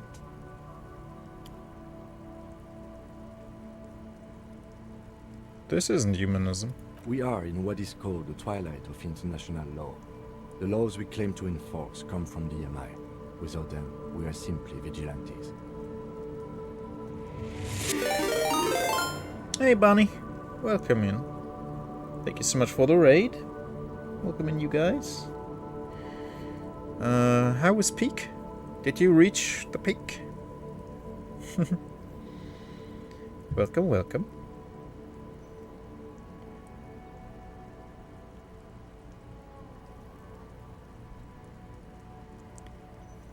Maybe we should make our own law. Vigilante sounds bad, yeah. Sadly, it is what we already are to the people of Martinez. Most of them, at least, especially the Union. No luck, Vigilantes. aw. I expect our job here to It's a prove tough challenging. game. The lights of the orphan district are reflected in his glasses. The red and golden orbs of the motorway sliding like pearls on a string from east to west as Revachol commutes back to the suburbs. Tomorrow is Tuesday. Monday is over. The dying lights of the city shimmer below. Slowly, like luminous clouds, they pass on his lenses. The lieutenant looks at his slim cigarette, contemplating the next drag. It's a fun game. This soldier is the highlight of the day for me, he thinks. This little stick right here. They really don't like us here. And the mouth on that kid, Kuno. It's different in land, in Jamrock and the GRIH. It's our fault for leaving this place to the dogs, to the Union, to the company, not daring to come here more often. It's like I told you, this place is an orphan, fallen between the cracks. We run this city. West of the river is RCM land. He looks at the dark silhouette of the equestrian monument, cutting into the night sky. It's incredibly hard. Human beings are... But we are in control, and it's worth it. The organization works. Our systems work. If they didn't, the city would disintegrate. Night. Captain Bartholomew Price steps into the yard. A piebald horse waits by the motor carriage, chewing oats out of an oat bag. Seagulls fly overhead. The sky is black. Captain Price wears a black suit and a standard patrol coat as he mounts the horse to head home.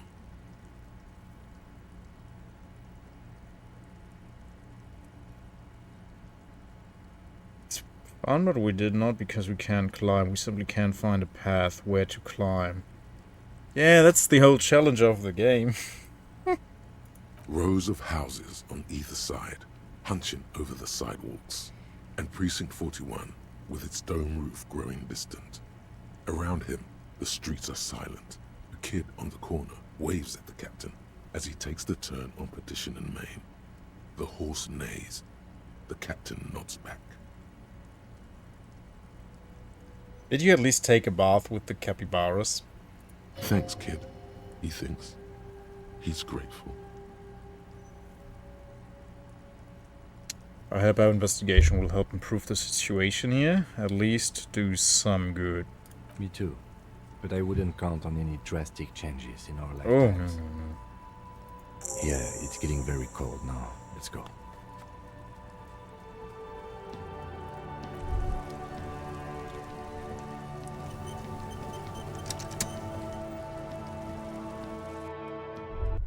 Yeah, let's do a quick save too.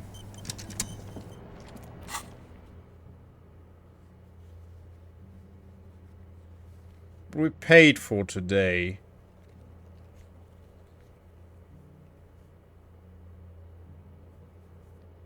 Yeah.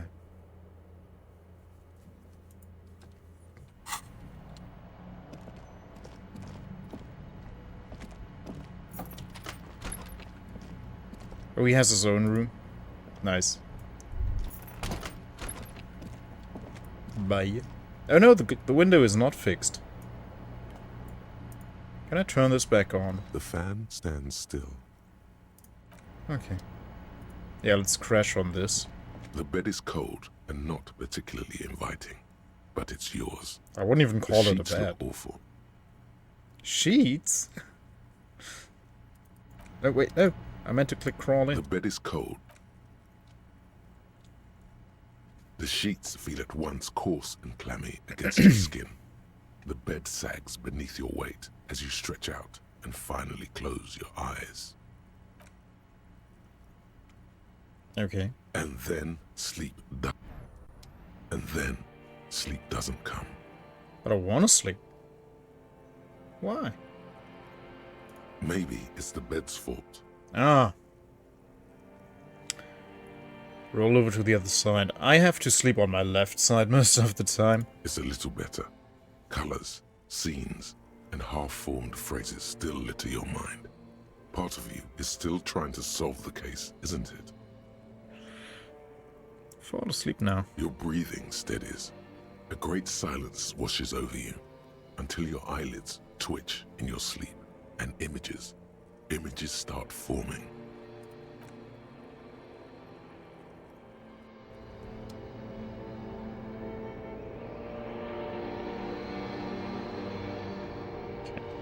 I guess we go to the corpse. Oh look, we even have our little bag. Oh, it's us. And it's a disco ball. Do you remember the scent of your childhood? The scent. I was born in a hospital where people usually... Yeah, this is still so weird and foreign to me that babies are born in hospitals. It's where the doctors are, but... We have something called birthing houses in Germany, where there's only midwives, there's no doctor there.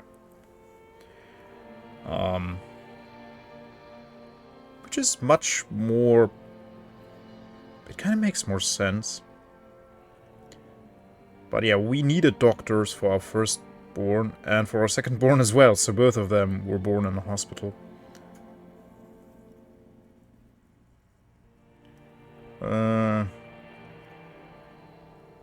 You're not kidding anyone, Harry. Oh, definitely. You don't remember shit. Tell me. Do you remember your wife's hand on your face? Tell me what this is. I'm not answering before you tell me who you are. Well, it's us. Look at him.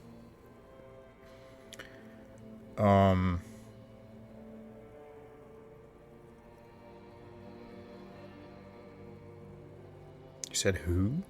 Do you remember the warmth of her thighs, between her legs and in her mouth? Oh, the warmth. Okay. Mm-hmm. I left, I guess. Oh no, Funky baby, you stayed. It was the rest of it that left. Or you just stood there, with one hand on the bottle and the other on your dick, watching it go. Yeah, my wife had to go to the hospital with our second kid because there were complications even before she went into labor, because he was blocking her pathways of her kidneys. So her kidneys got infected, and they had to induce the labor. So it had to be done in a hospital. And the first one, my wife was just too anxious to not go to a hospital because, yeah, she wanted a doctor around. But yeah, my mother was pretty crazy. She gave birth at home in our house. There was just one midwife and her and me, obviously. And yeah, and they only told the doctor that I was coming after the birth was over. In the hospital where my son was born, the oncology ward was right next to the maternity ward? Really? This is something I remember in particular because I had to go home while my wife was in labor, because it turns out I had COVID. Oh no! And the hospital is ironically the worst place to have COVID because of places like the oncology ward. Yeah. Oh my goodness. The hospital where my sons were born also has an oncology, but it's very far away from the where the babies are born. Maternity ward, yeah. Tell me, where are your friends? Human beings have friends, Harry boy. Where the hell are yours? I don't want to come back. I don't know enough about myself to say that. Or that.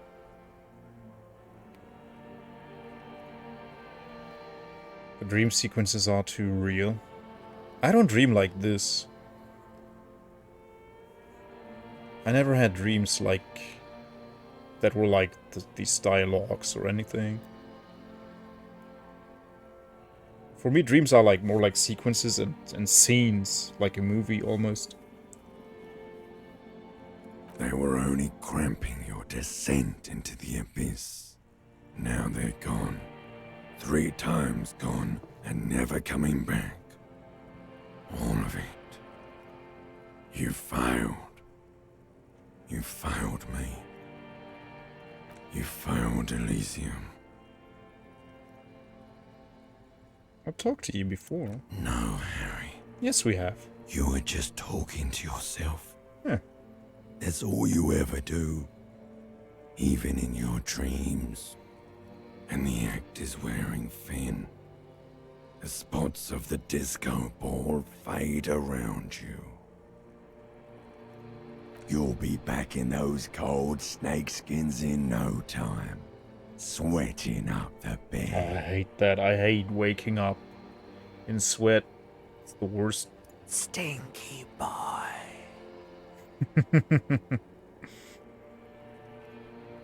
I remember when I was still going to university, I would wake up in cold sweat from anxiety so many times.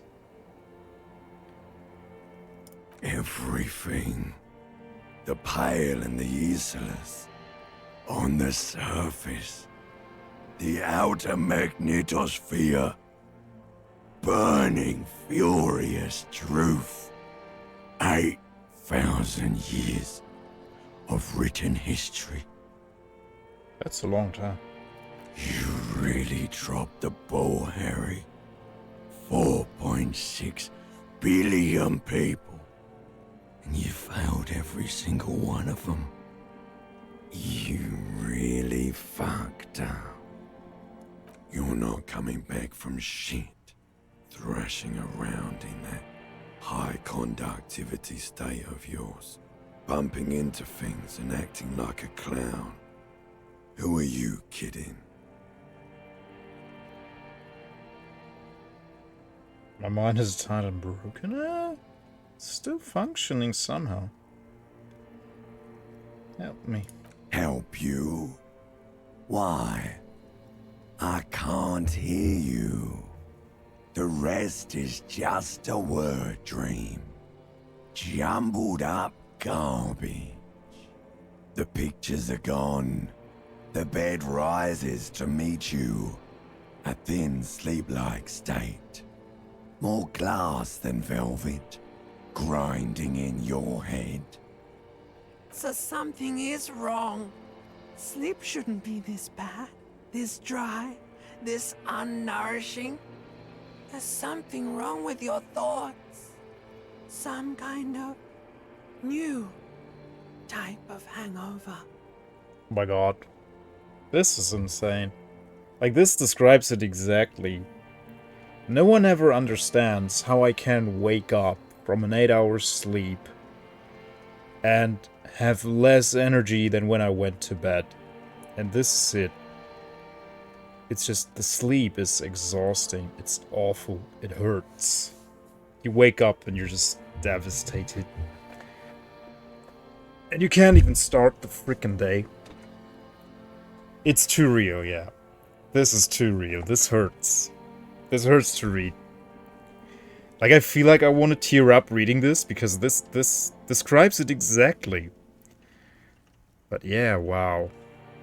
There's another type of sleep? Yeah, actually, before I started taking my antidepressants, I never experienced a different type of sleep. It was this, my entire life. And when I started taking my antidepressants, I at least had a little bit of sleep quality. And I had a little bit of energy when I got up. It only happens when it's really warm and my circulation is going. Yeah, I mean, I haven't played much of it, but it's like, oh wow, I feel seen. This game gets it. Like, this is so good. This is such good stuff. Like, whoever wrote this gets it. That is exactly what happens to me when I sleep more than the usual 6 to 8 hours. I can't even get by grade at 4 hours while working IT. But if my body shuts down for 10 hours plus because of that, then I feel like shite. Yeah, for me it doesn't matter. I can sleep 4 hours, I can sleep 8 hours, I can sleep 16 hours. It makes no difference. The sleep is just, the quality of the sleep is just so bad. It's draining me even more. I sleep very well, but sometimes when I wake up, I have some bad anxiety for some reason. And that too, yeah. Sometimes I wonder how I'm still alive. Like how I didn't just collapse from sleep deprivation or whatever. But oh well, we're clinging on. I've been having very vivid dreams since I was on antibiotics a few months ago.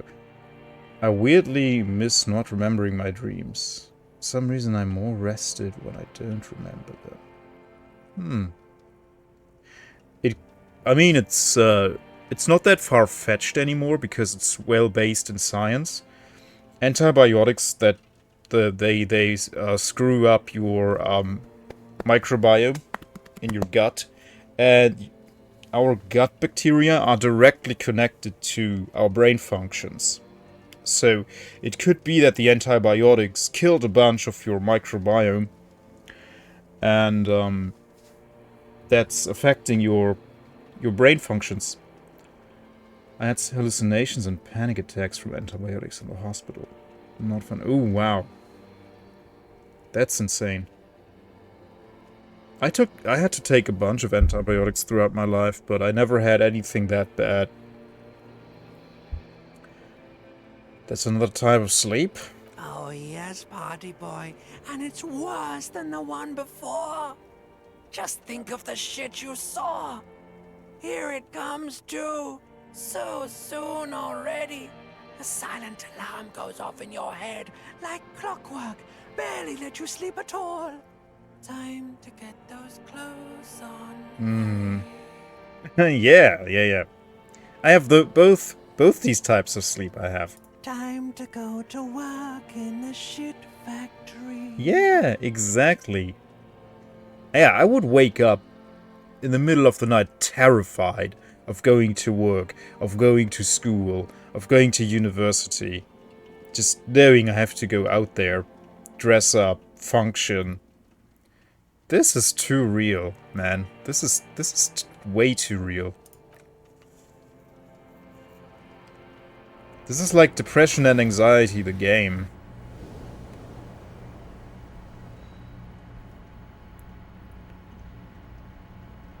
Pretty good stuff. Okay. 7:30. Good going, buddy. Oh my god, what the hell was that? I just had the most beautiful dream. Uplifting, rejuvenating. Chemo killed my immune system. I got pneumonia and sepsis, and they put me on 4 antibiotics, 3 antifungal meds, 4 milligrams of paracetamol, analgin, and my brain went bonkers. Okay, yeah, that's a lot of stuff. On top of the chemo. Then it's no wonder it affected everything. That sounds brutal, man.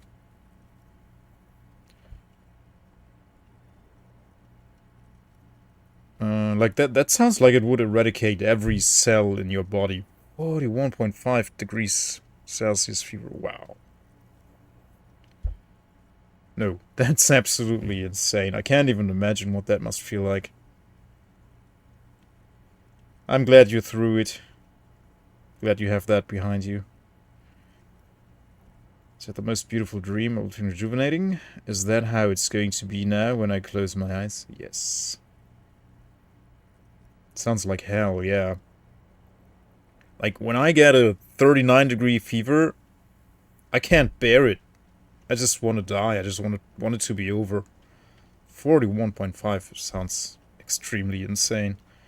It's extremely painful. What the hell was that? Yeah, just the most beautiful dream. No, let's be honest about it. Yes. Wait till you see the one with the chick in it. It's gonna be a good one. You feel even worse this morning than you did last night. Like what I get when I remember my dreams, it's mostly like I'm like, oh my god, I am so glad this was just a dream. And I can get some reassurance from it by just knowing I would never do these things. Like, the worst dreams, my worst nightmares are where I am the monster, where I am the one doing where I'm the evil one. And just the reassurance, like, I would never ever. Like, it's mostly things that have been done to me when I was a child or whatever. When I was vulnerable, and just knowing that I would never do these things. It was just a dream. And the dream shows me, like, I am shocked, I'm disgusted, I feel awful. And that's a good thing. Like, I can at least get that out of it. What chick? It doesn't matter what chick. You mean, why are you so tired? Too tired and down to even think? It is worrying, isn't it? You can't be a detective like this. Detectives need to be able to think. Why is this happening? I feel super good. Yeah, let's not be in denial. It's just that your heart has finally pumped all the speed out of your system, Buster. Time to get some more. No. Don't do that. Stay strong. The hangover will wear off. You don't need to keep doing this to yourself. What is speed? Protecting is my life. I'm not going to go looking for speed. Are you sure? Yes. Ready to live as this pathetic shell of yourself for days? Yes. Basically, a week. Yes. Let's be honest. 2 weeks. Maybe 3. Yes. You won't make it. Zapalo, Half the town welcome. will be dead by then. You will be fired. Yes, so many people come in and say that. Why?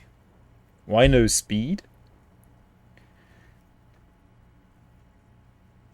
That's a lie. I can do this without the speed. Half the town won't be dead. Suit yourself. Slow, sad shell man. Yeah, See that's how me. you do without your spark. Yeah, will do. Will do. We don't need chemical assistance. A mirror hangs on the bathroom wall. In it, your face, adorned with the expression. Dig deep into your mind to locate the source of the expression. Electrochemistry interfacing. Oh, these are all bad. These are all so awful. Minus 10 tool and... okay. Let the mirror be for now.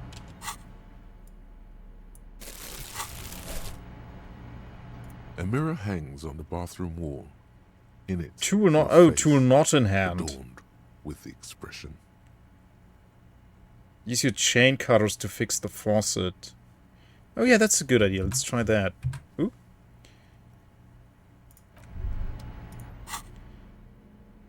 Chain cutters.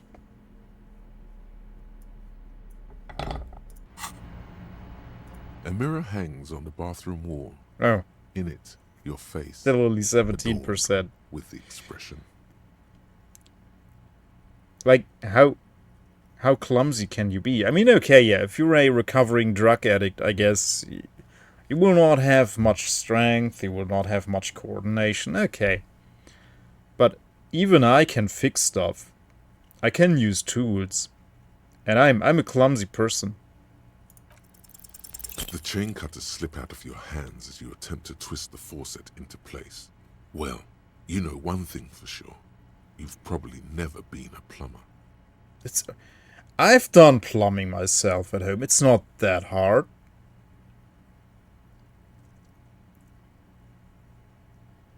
I don't know. I'm not sure either, Ghost Bear.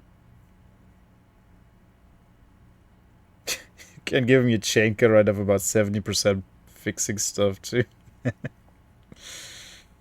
Like, I can do basic plumbing. It takes me ages, but I can get it done.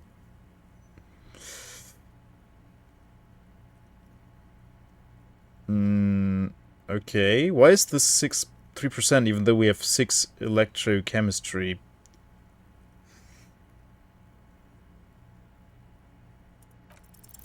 It's too late. Like an image on film. The expression belongs to your primary motor cortex. It would take a minor neurological miracle for you to cease producing it. But they are white checks, so we can try over and over again. Like the rest of you, it comes from a bad place somewhere in the past. That's all you know for now.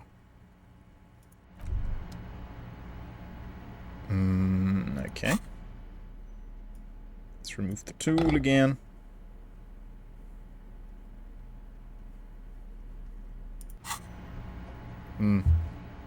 So I would guess if you succeeded one of the checks, you can change your appearance. I sadly got that spoiled by briefly looking at someone else's stream of this. But that's not a big spoiler. It's fine. Can I close the door? There we go. So we gotta get 20 bugs together. So where is, Kim is staying here, I guess. Oh, he's probably waiting downstairs for us. Can we talk to the lady? The door is closed. Mark. There is no answer. You hear the shower being turned on. Somewhere inside. Okay. A So tremendous they have to see. loneliness comes over you. Everybody in the world is doing something without you. That's life. People are busy all the frickin' time. For some, I just took speed and cigs and beer, and for Rolodon, makes all checks so much easier. I'm so alone. Why are you doing this? Taking a shower? Let people take a shower. Goodness gracious. Beauty, don't abandon me in all this ugliness. Swallow the emotion. I mean, we can loathe ourselves a little bit. The door does not care. The door probably thinks you're a has-been loser too. You feel your funny necktie becoming tighter and tighter around your neck. Let's just leave. Oh, I think I hear someone. It's raining. No, I think it was nothing. Getting context.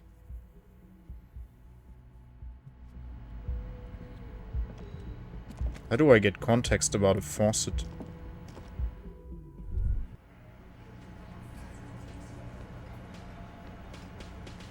Oh, the union guys are here now. Okay, everything is changed.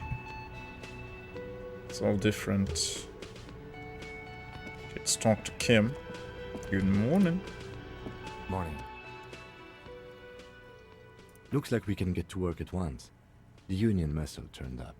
They look rowdy. We should talk to them.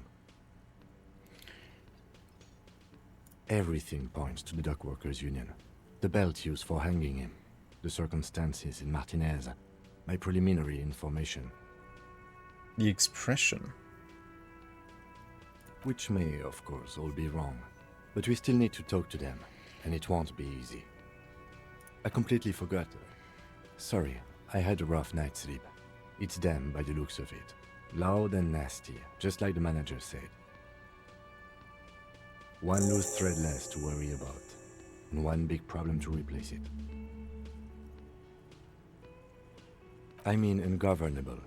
Martinez isn't exactly enthusiastic about the RCM being here. They prefer to be policed by the union. These men here, men who drink beer for breakfast, there's talk of an armed wing of the union called the Hardy Boys, who are responsible for state policing. I think it's them. That would just escalate tensions. No captain would sign off on it. Solving one murder isn't worth a conflict between the RCM and the Debarders Union. In fact, even the death of 2 detectives might not warrant an all-out war. So let's keep a cool head, okay? He's not exaggerating about that mortal danger, just calmly factoring it in. Your fists clench and your pulse rises uncomfortably. One more thing before we do. We don't have to talk to them immediately. We can walk right past them, continue with our business. Good. A power move. Purposefully concentrate on something else first. They're in no hurry to leave. They think they own the place. Anyway, I leave that choice to you. Whatever you decide is fine by me. Okay. Just a moment. And there's no public phones nearby? The closest phone booth is down the coast. Sorry for the inconvenience, ma'am. It's fine, I understand. Thank you anyway. I'm glad to see you again, dear. The lady is distressed. Perhaps something more upbeat might cheer her up. Howdy, Lena. What's kicking? Good day, ma'am. Everything alright? Sorry, ma'am. I didn't mean to eavesdrop on your conversation. Tell me how I might make it up to you. Please don't trouble yourself about me, sweetie. I was just hoping to make a call, but the Whirling's phone line isn't working. The Union office probably has a phone, but I can't really get there. Or to the phone booth down the coast. And Gary's phone is dead too. But yeah, people keep stealing the copper. They talked about that. Like, no one has... Yeah, right, the lady who reported the murder, she said that most people don't have landlines anymore because people keep stealing the copper cables. So landlines aren't really a thing. The manager was vague about it. To let the young woman who's house sitting for us know that we may be delayed. Morel, my husband, and our friend Gary were supposed to get back by Monday night, but they're still missing, and I haven't heard from them. Ooh, that sounds bad. I was also hoping she'd heard from Morel. Was a big thing in the 90s. Well, luckily not here. I never heard of... Like, I know there are copper thieves in Germany, but I never heard of anyone digging up power lines. Like, I don't think that happens. Maybe in some places, but... Copper wires, sewage covers, etc. Yeah, don't think that happened here. Like, they would sometimes go to construction sites or steal rails, like train rails, load them on their trucks and take off with them. That's rather steal, but steal. Yeah, but I never heard of like digging up copper cables in Germany. But I read somewhere that a lady at the Hungarian border once dug up a copper cable and cut like the internet connection for a lot of Hungarians. They'd steal it, yeah. Someone should tell those guys just how much copper is being used in AI data centers. I mean, they just have to steal the RAM from those data centers. That, like, you can easily walk out of there with a couple $100,000. This game was made by drunk Estonians, so it has some Eastern Europe post-Soviet things. Yeah, that makes sense to me. Has your husband gone missing before? That's just it. This isn't like him at all. He always plans his expeditions so carefully. A cold breeze hisses through dense thickets of reeds. Something sweet in it, somnolent. A damp chill goes down your spine. When you look around, you're still in the whirling in rags. But you have more important things to worry about. What is this expedition?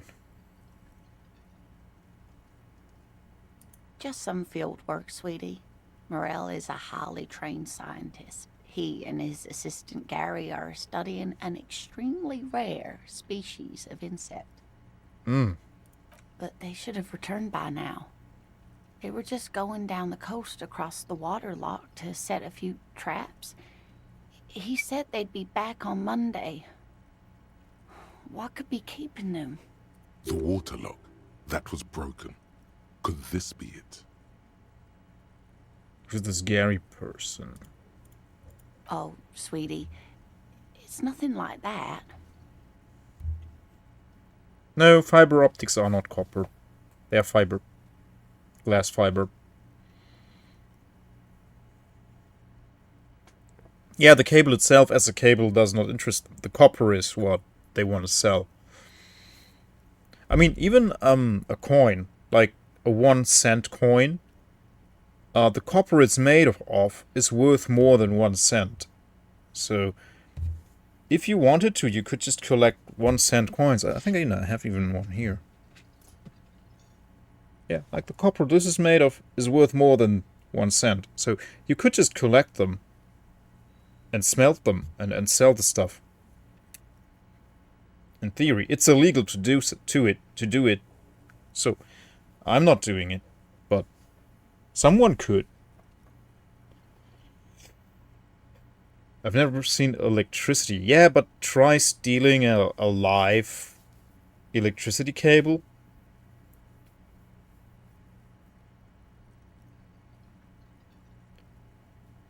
I heard a story about someone who wanted to get rid of some old iron equipment and painted black copper. Please don't steal it.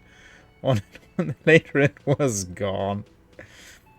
A while ago, it cost 1.1 cents to make a penny, and then recently I heard it jump to 37 cents or something like that. Copper has the nasty property of not being transparent. That's true. But yeah, if you want to get rich, just collect a few million of these, melt them down, and then sell it. I guess. I don't freaking know. I don't know how much copper is actually in this. Like, what else would be in here? Nickel, maybe? Some nickel? Some nickel in the nickel? I don't freaking know. But in general, a copper coin is worth more than the assigned worth in copper. Gary's as loyal as they come. I'd trust him with my husband's life any day. They're stuck over there. Oh my. What happened to the water lock? Some technical problem. No, they are keeping it shut on purpose, right? Oh yeah, no. I think most. Yeah, no, I'm not saying do it. Don't do it. It's illegal. It's definitely super legal to destroy money. You can't destroy money. Like, it's not something that is being like, there won't be prosecutions if you do. If you do it on a big scale, I guess. But yeah, it's illegal. You can't destroy money. You cannot destroy currency. Like, yeah, but some people do, regardless. I mean, in some countries, it's super sad, but in some countries, paper money is worth less than toilet paper, and you can imagine what people will use the money for instead of buying toilet paper. Those tours, yeah, technically they are not legal. Technically, you're destroying currency, and it's therefore illegal, but it's a law that's not being enforced. So, I think what you're destroying is the 5-cent coin, at least here in the Eurozone. Canada encourages it. Never heard of that. But yeah, no. Technically, those machines are illegal because you're destroying money. But again, yeah, it's a law that's never being enforced. Like people sometimes make jewelry out of coins and post it online, and no one's gonna press charges on that. No police officer will enforce that law. No judge will say, "Oh, you're going to jail for destroying money." Like, that's not happening. It's just not happening. I really don't know. Well, whatever the cause, I'm thankful. To both of you. You've spared me another sleepless night. You still got a bunch of 1 and 2 Forint that are not even worth anything anymore.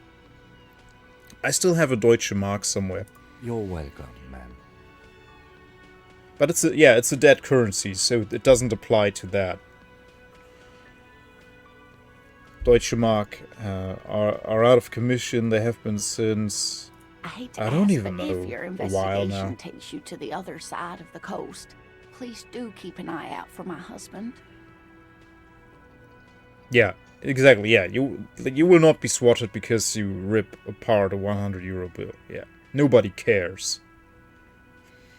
From a very limited understanding of macroeconomics, privately held currency is basically the best place for currency to be removed from circulation. As long as your money doesn't move anywhere, it can't be taxed, and therefore it's dead capital, yeah. It's not doing anything for the economy. So saving up is essentially hurting the economy. You have to consume. Spend money. Keep spending money. Rare insects. And if you see him, let him know Lena is waiting for him here at the Whirling. He gets so tangled up in his work that he may not know the water lock's been repaired, and it's cold out there. If I see him, I'll let him know you're here when or if I get there. Oh, you're such a dear. Thank you, sweetie. But that also moves your money to places, and other people, if you invest your money, you move it, and other people will spend your money on stuff. Wait until they put an RFID into bills as a counterfeit measure, and then can track them under your mattress. Conspiracy. So your husband is some kind of scientist. Oh, yes. A zoologist. A cryptozoologist, to be more precise. It's a pseudoscience that attempts to legitimize research into mythological beasts and urban legends. That's one opinion, yes. And people are entitled to their opinions. My apologies, ma'am. I did not mean to undermine your hobby. It's not a hobby, dear. It's a subfield of zoology, one specializing in animal species that are so exceedingly rare that many assume them to be extinct or even fictitious. Searching for such species called cryptids is difficult and often thankless, and frankly, many scientists are too lazy to do it. Universities these days are rarely interested in supporting real research.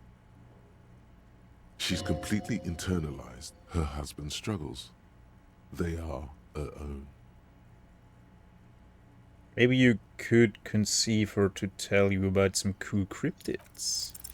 There's really no point in manipulating anyone. She'd be only too pleased to tell you about her work. Go on and ask.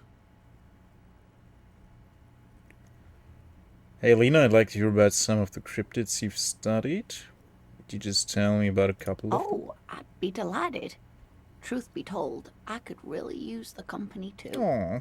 One cryptid, not a couple. One. This won't turn into some kind of cryptid extravaganza. Just one little cryptid, promise. Cryptid extravaganza? I like the sound of And that. I don't. Just one. Just one. Or he'll be disappointed in you. Oh no, how would I bear it? What's the biggest cryptid? The tiniest? The most dangerous? Is that a cryptid on this pen you gave me? Are there any invisible cryptids? This has been educational. Yeah, is that a cryptid on this pen? Yes. It's the kind green ape. Half war story, half undiscovered species in the genus Homo. War story. Yes, it was reported by soldiers in South Safra during the war. The kind green ape would visit bunkers during the night, healing wounded soldiers with its saliva. So these guys are like chasing Sasquatch. Got it, okay. So like I thought it would be like, oh yeah, we're looking for the dodo. We're looking if there are still some dodos around, or what other species are completely extinct, like the wool rhino, stuff like that. But no, they are looking for Sasquatches. Okay, like completely loony stuff. Got it. The Yeti.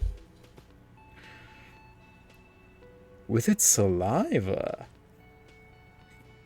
And there was something about an undiscovered subspecies of man? Indeed, there is. It's our closest relative among the cryptids. Same taxonomic family, different genus. Ah, okay. Not confirmed to exist. So yeah, like Sasquatch, Bigfoot, the Yeti, stuff like that. The Jersey Devil and whatnot. Like urban legends. Kim lives in a world where the pale exists, but rare one-of-a-kind creatures is where he draws the line. Which is to say, the kind green ape is a species with which we share a common ancestor, and that evolved parallel to our own. Just like your partners. I knew it, Kim, you're not human. What? What? What did she say?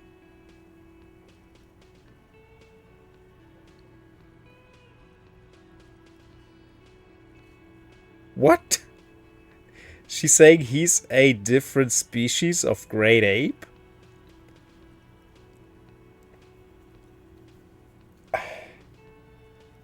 Yes, I'm pretty sure Kim is the same species as us.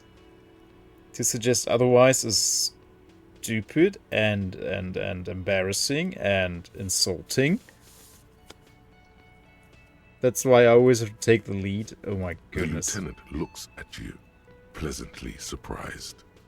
Oh, no, I didn't mean to imply that Saolites are inferior to us in many ways.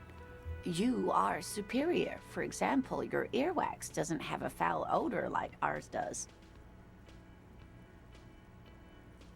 I don't want to deal with this racism BS again. A tremendous evolutionary advantage, I'm sure. But perhaps we've had enough speculative biology for today. Yes. What's the biggest Hey, cryptid? you promised you'd only ask about one cryptid. Okay. No, we gotta know. Don't you want to hear about another cryptid The too? lieutenant pauses thoughtfully. Something in him breaks. Ah, fuck it. Let's have more cryptids. Thank you. Well, the biggest cryptid is, of course, the horrible giant of Kokonur. The giant lives in the most arid parts of the vast Kokonur Desert in South Samara, casting a strange light across the barren wastes. So that's a giant. That is not confirmed. It's a giant. A freaking giant. A towering giant. That's not confirmed. It's like the Loch Ness monster. It's like if it existed, it would have been found by now.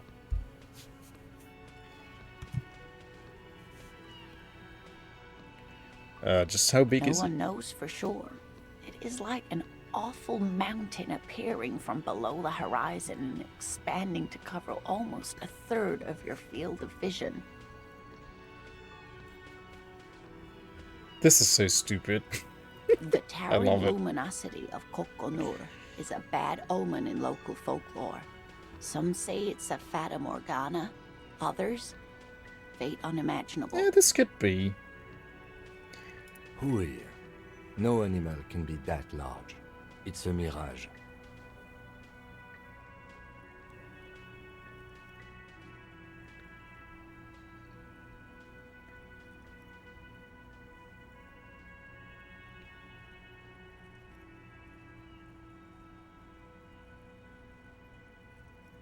I also think that probably a lot of myths stem from people not having sight correction in previous ages, and myopia has been a thing since people exist. So if you have to squint to see something, it's like, oh yeah, that rhino looks like a unicorn. Whatever. Looks like a horse with a horn on it. That's what makes it so peculiar. A species surviving at the very limits of scientific law. The giant of Kokonur must be the largest animal the planet can support. There are limits, you see, to how large a metabolism an ecosystem can beget. Some say a gravity anomaly below the Kokonur Desert might allow the creature to grow to these gargantuan sizes. Great. This is great shit. You need more. More, yeah, the tiniest. Gimme. Cryobacter catlensis. Yes, a unicellular bacterium that was discovered in one of the northernmost points of Kutla on the Boreal Plateau by renowned geologist Caitlin Mijanou some 70 years ago. Making its own version of it, yeah. There's a guy who deliberately puts on a Sasquatch costume to mess with cryptid hunters. Yeah. And then you can see his wristwatch on the video. Bacterial colony Mijanou found had remained alive while frozen in ice for longer than anyone could reliably estimate. Certainly from before recorded history. Michinu disappeared shortly after injecting herself with the bacteria she Ooh. brought back to study. Why would you do that? No doubt in hopes of prolonging her own life. Why would you do that? She injected herself with it? There's an immortal geologist wandering the world. Can you believe they shot a gorilla to the SSI? One of the astronauts actually smuggled a costume to prank his colleagues on Earth. Really? I intend to live forever too as a symbol. No.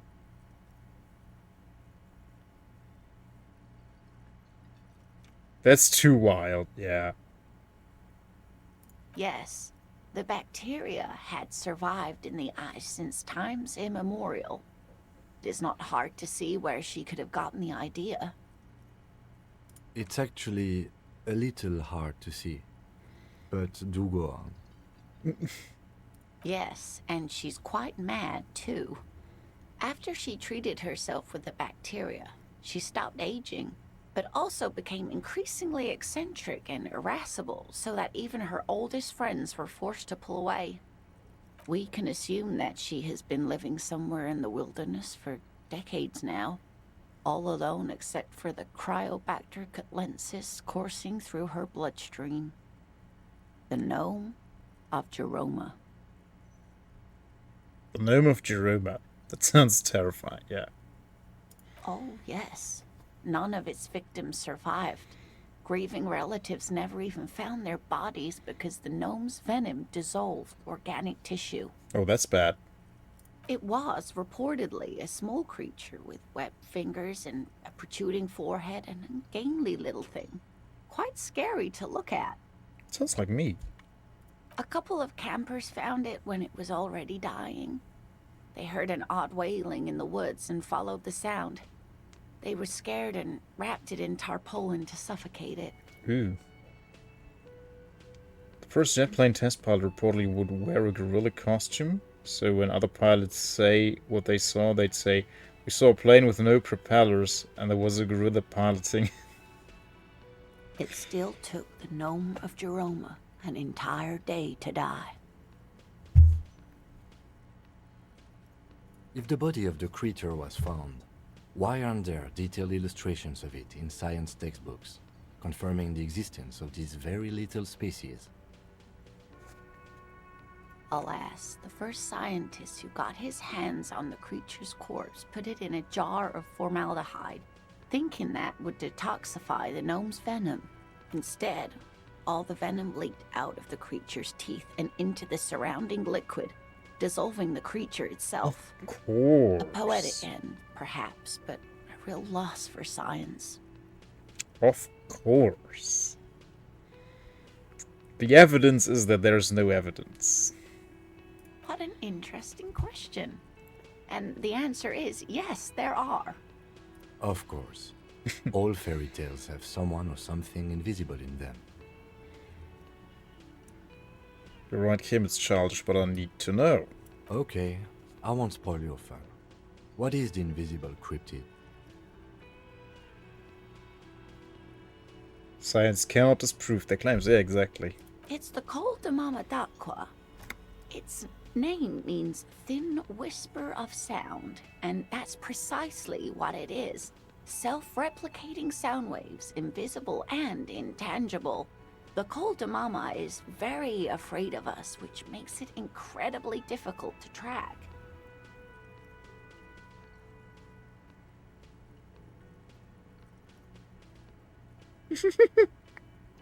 Could it be here? It could be. As I said, it could be everywhere. And we wouldn't know any better. It could be ringing all the days of our lives and nights. Yeah, I mean, you could show them that the condensed stripes of airplanes do not consist of any chemicals. And they would say, yeah, but those results are faked. They are. What I think is a good approach is when someone says, oh yeah, the moon landing was fake. You just look them dead and you say, like, you believe in the moon? Really? Don't you know the moon is fake too? Like it doesn't exist. Just come up with something even more loony. Maybe it's predatory. What if it's predatory? It's not. Don't worry. If it were predatory, we would have found it by the damage it inflicts. Yeah. Yeah. It's just a big wheel of cheese in the sky. It's not real. I wouldn't be so sure. What if the damage is also invisible? 15 degrees per hour drift. Google that sentence. Hilarious documentary about flat earthers. Yeah, those guys are hilarious. And they disprove themselves. I don't pixel art dragon. I know cheese is not real, but the other people in chat who also believe in birds, they believe in cheese. But I'm smarter. I know the truth. Yeah, Ghost Bear is naive. Ghost Bear is super naive. Like, he believes that the moon actually exists and it's made of cheese. But we know that cheese doesn't exist. We know that birds don't exist. We're smart.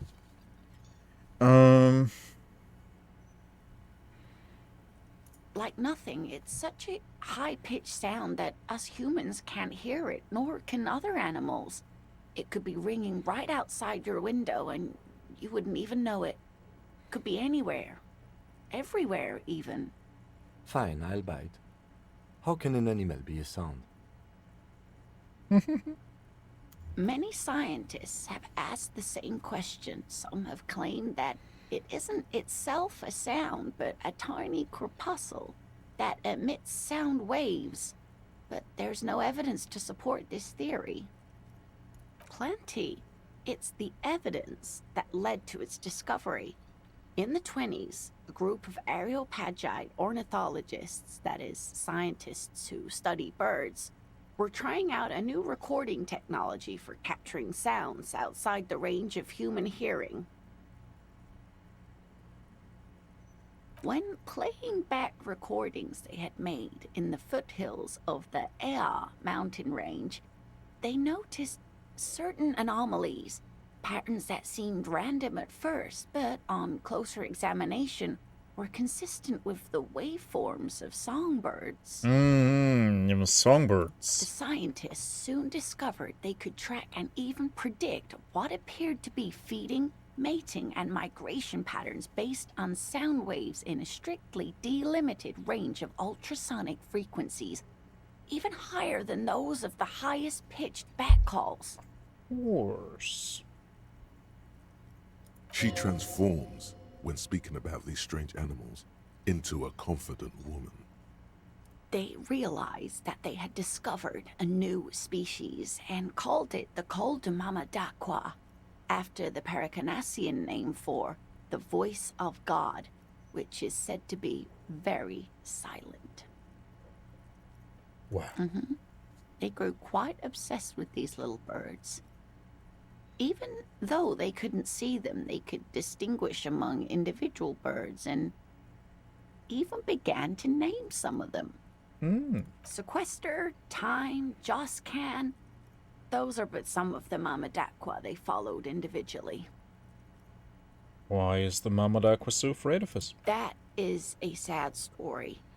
A group of university students assisting with the field work in their enthusiasm for the project, and no doubt because they were preoccupied with impressing their professors, nearly drove it to extinction.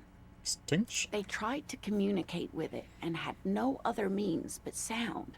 So they started sending out sound waves at frequencies they thought might match the Mamadaquas. And what happens when a sound wave meets another sound wave of the same frequency, dear? This lady really should be a teacher. She's really good at the explaining things thing. Exactly. And these tests were performed so recklessly that when they happened upon the right frequency, Well, they wiped out most of the population. Exactly, Ghost Bear. You shouldn't laugh about other people, but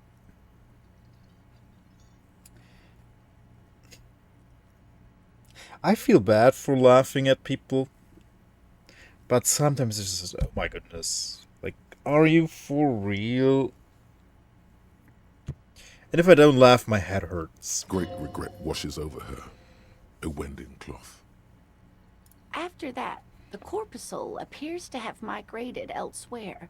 There have been recordings of anomalies similar to those spotted in AI. She's but kind, they've yeah. been few and far between. It's impossible to confirm the presence of any stable Koltama Madakwa population anywhere. Except for assuming that our partner is a different species. Of course. A common thread in these. Disappearance and unfalsifiability. I like the story, though, ma'am. I'm glad you did, dear. I mean, we know that even humans today who still carry Neanderthal DNA are not a different species. They are still 100% human. They carry DNA from a different species, yeah, but that doesn't alter them in any way. It's ignorance, yeah. Yeah, she's blissfully ignorant. What about what? Comfortably dumb. Get enough of these cryptids. I'm glad you like them, but I'm not really one to tell you about all of them. You should ask my husband if you get the chance. He's the real expert.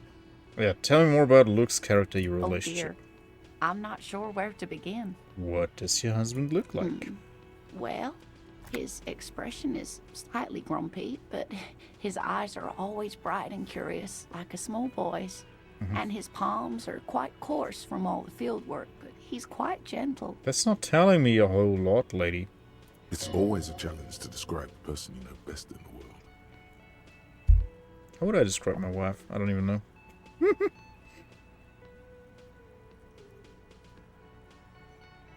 Oh, well, he's a bit shorter than you, but with a larger frame. And he has longish white hair, usually a bit uncombed. You might say wild, even. Yeah, ignorant definitely sounds nicer than geistig arm.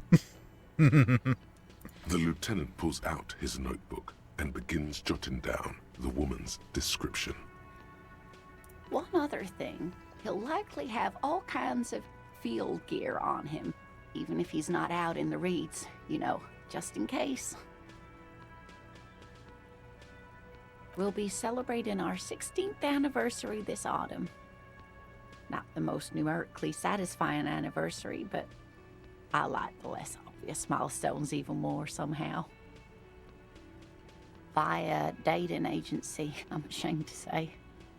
I was looking to get back into the scene after recovering from my accident, and he'd just divorced.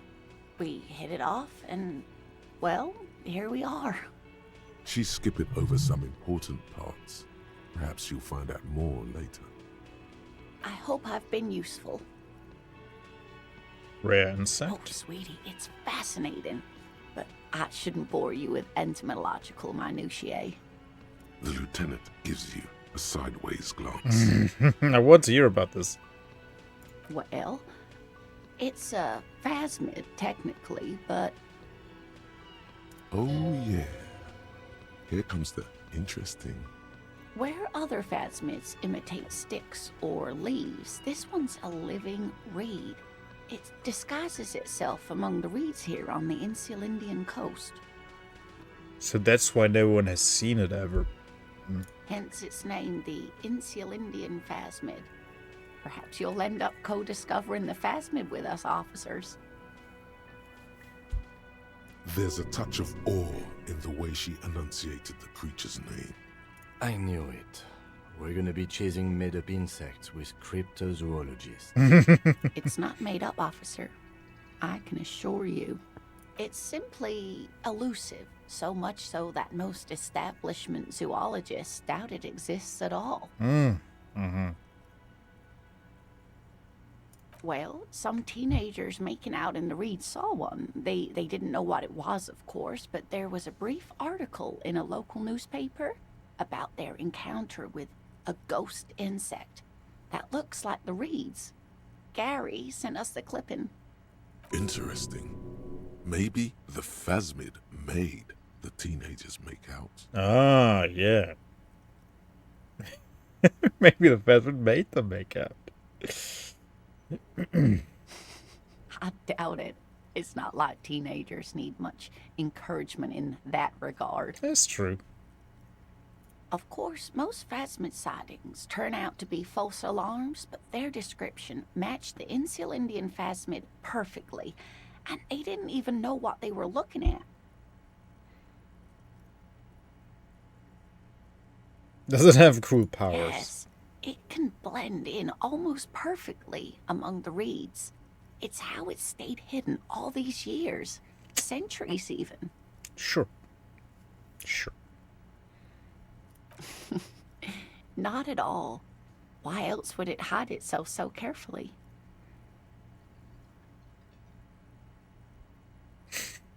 What's so special about the stick bag? Oh, I doubt it. No one gets into cryptozoology for the money, sweetie. Oh dear. I'm afraid I'm not explaining this very well. It is very special. Morel can explain it all much better. I wish you could hear him describe it. Then you More don't- cryptids. You know, to hell with it. Let's have more cryptid. Of course, officer. And we heard about all of the cryptids. Is there okay. a particular cryptid you two? I'm glad you like. Okay. Auto save. Let's also quick save. What's that? The tomatoes are so thinly sliced you can see through. Yeah, we read that before. Can I help you? No. You could help me by not sucking so much. Let me handle this. The woman says to the crowd in the mess hall before turning to you. Detective disorientated. Are you still wondering where you are? This is Martinez, in case you've forgotten. I advise you not to overstay your welcome. You're not a gardener? Why would she not be a gardener? No, I am not a gardener. What? I'm a legal counselor for the Dock Workers Union. But she said she's a gardener. So let's get to it. You're looking for Titus Hardy? You think he has information that will help you? Maybe he does. She lied. A lawyer who's lying? That's Titus. Talk to him. But know this. I'll be keeping an eye on you. No strong arming. Nothing official. The District of Martinez does not recognize your authority to make arrests. It doesn't matter if you recognize our authority. We will make an arrest if we have to. She says nothing. Her glare speaks for her.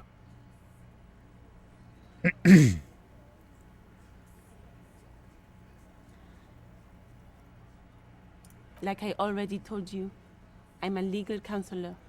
Do you have hearing problems? Why is she so rude? What you want is of no significance, officer. Don't test your authority. In Martinez, you are no one. I saw what you were thinking. You want to say, what are you going to do to me? Don't. Just because it's in your head doesn't mean you have to say it. Filtering, yeah. You will not Good. lose out on anything It's an good important by not skill. saying it. Aggressive? You make your living enforcing violence. These people are just dock workers. So you were spying on us, and now you represent murder suspects. Just dock workers. Listen, you moral intern lackeys. You're a mob, enforcing the unlawful privatization of Revachol.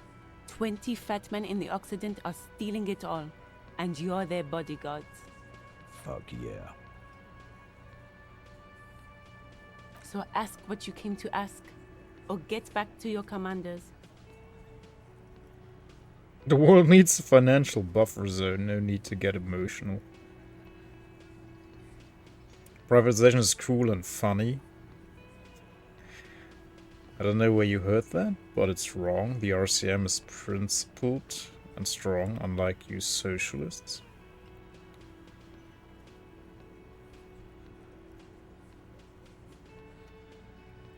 Let's ask those questions. Yeah.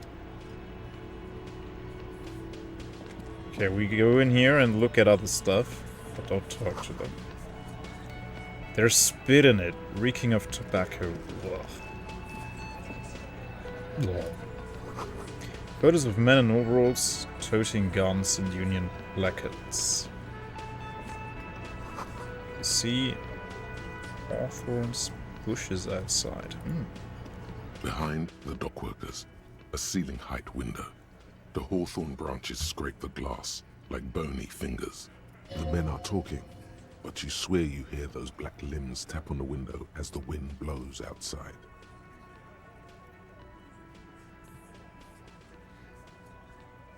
It's not time yet. Sweet. There's a little slide panel up there to let some air in. No need to open it in spring. It's still too cold outside.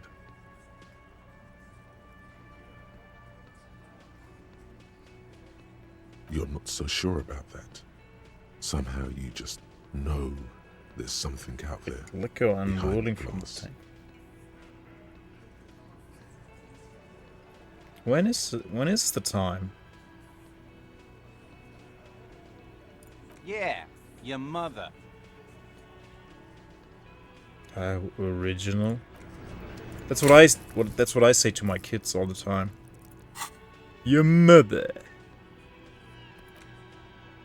Do I want to spend the point to unlock another thing? What does -2 half-light mean?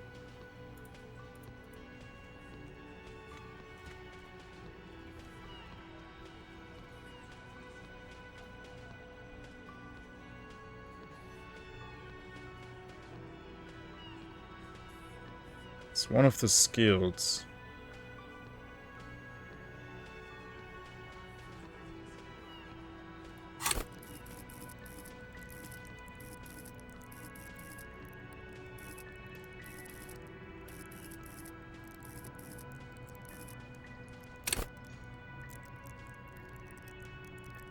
So I lose 2 half-light. Why would I want that? Why would I want to lose 2 half-light? This one's just temporary.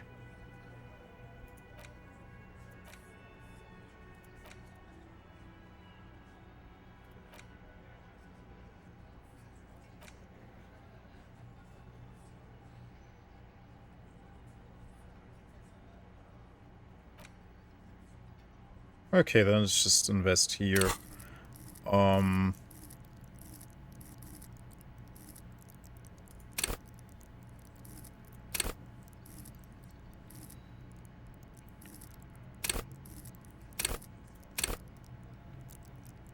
Threaten people.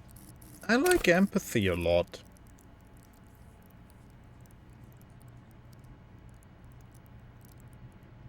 No, I won't look anything up.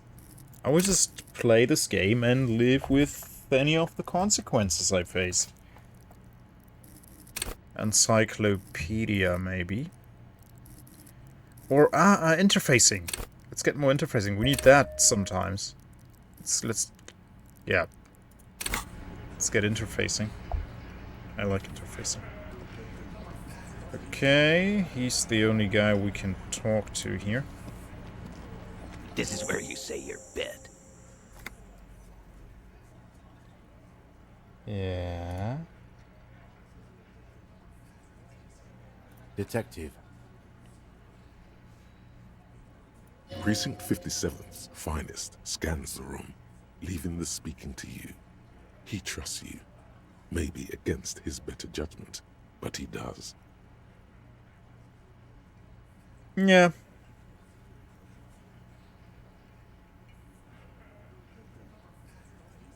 Don't say anything yet. Hey, dipshit. You hard of hearing or something? The boss man's talking to you. Cross your arms. What, is he fucking kidding? This guy high or something? Hey, asshole, up here. We're talking to you. We're looking for Titus Hardy. Oh, this is about him. A real looker, that won't. If you're not playing a fascist, then they'll get Revacholian nationhood and so on. Yeah. You're sure taking your time, waiting for him to get ripe and pretty for you, huh? Oh, he was a real pretty boy by now. Real hot stuff. Letting out that pretty boy smell. Time to go to work in the shit factory! Easy, boys. These janitors have a hell of a job cut out for them. I mean, I wouldn't go in there for $1 million. You might want to start asking your questions now. It's not going to get better than this. These guys are so macho, they're ready to confess to first-degree murder. Ask if it was them. No. I's here.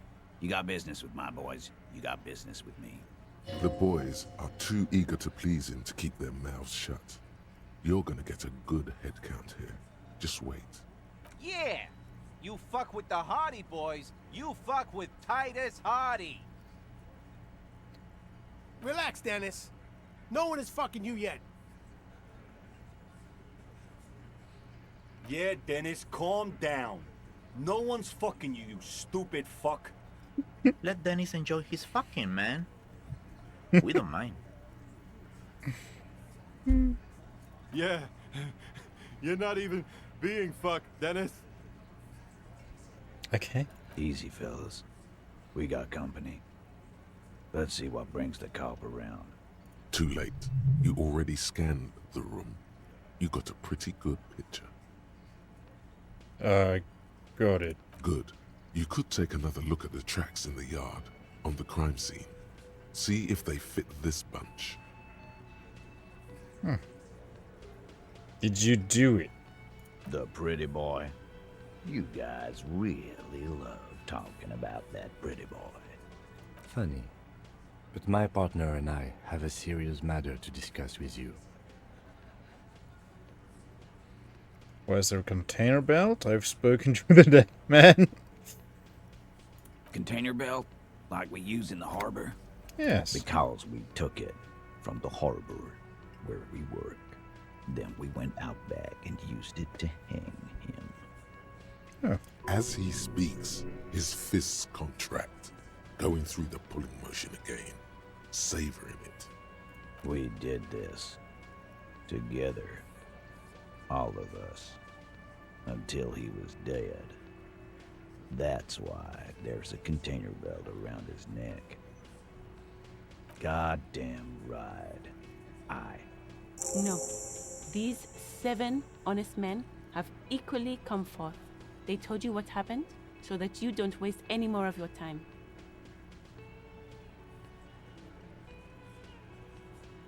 Who called the shots? Are you deaf? There will be no singling anyone out. You can't arrest a Hardy boy without arresting all Hardy boys. Do you think you could do that? Do you think you could arrest them all?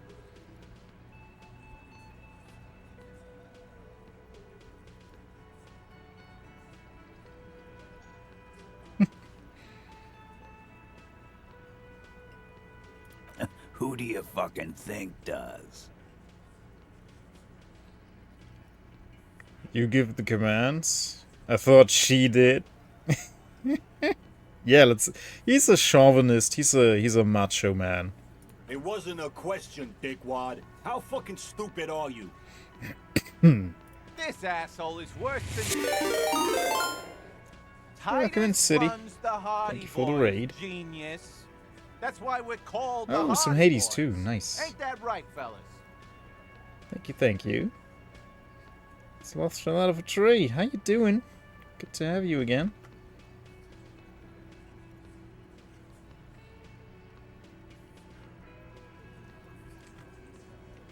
I love sloths. Welcome in, welcome in. Good to have you guys. Hello. Yeah, how was Hades too? You got your answer, Mr. Law. Mr. Law. Yes, there are some administrative differences. But on that night, they all acted as one man.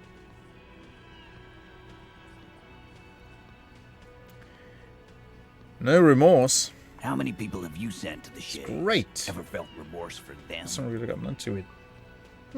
Nice. I have the first one. I haven't played it yet, though. I really should. Or send them to Reunion to rot. For 20 years.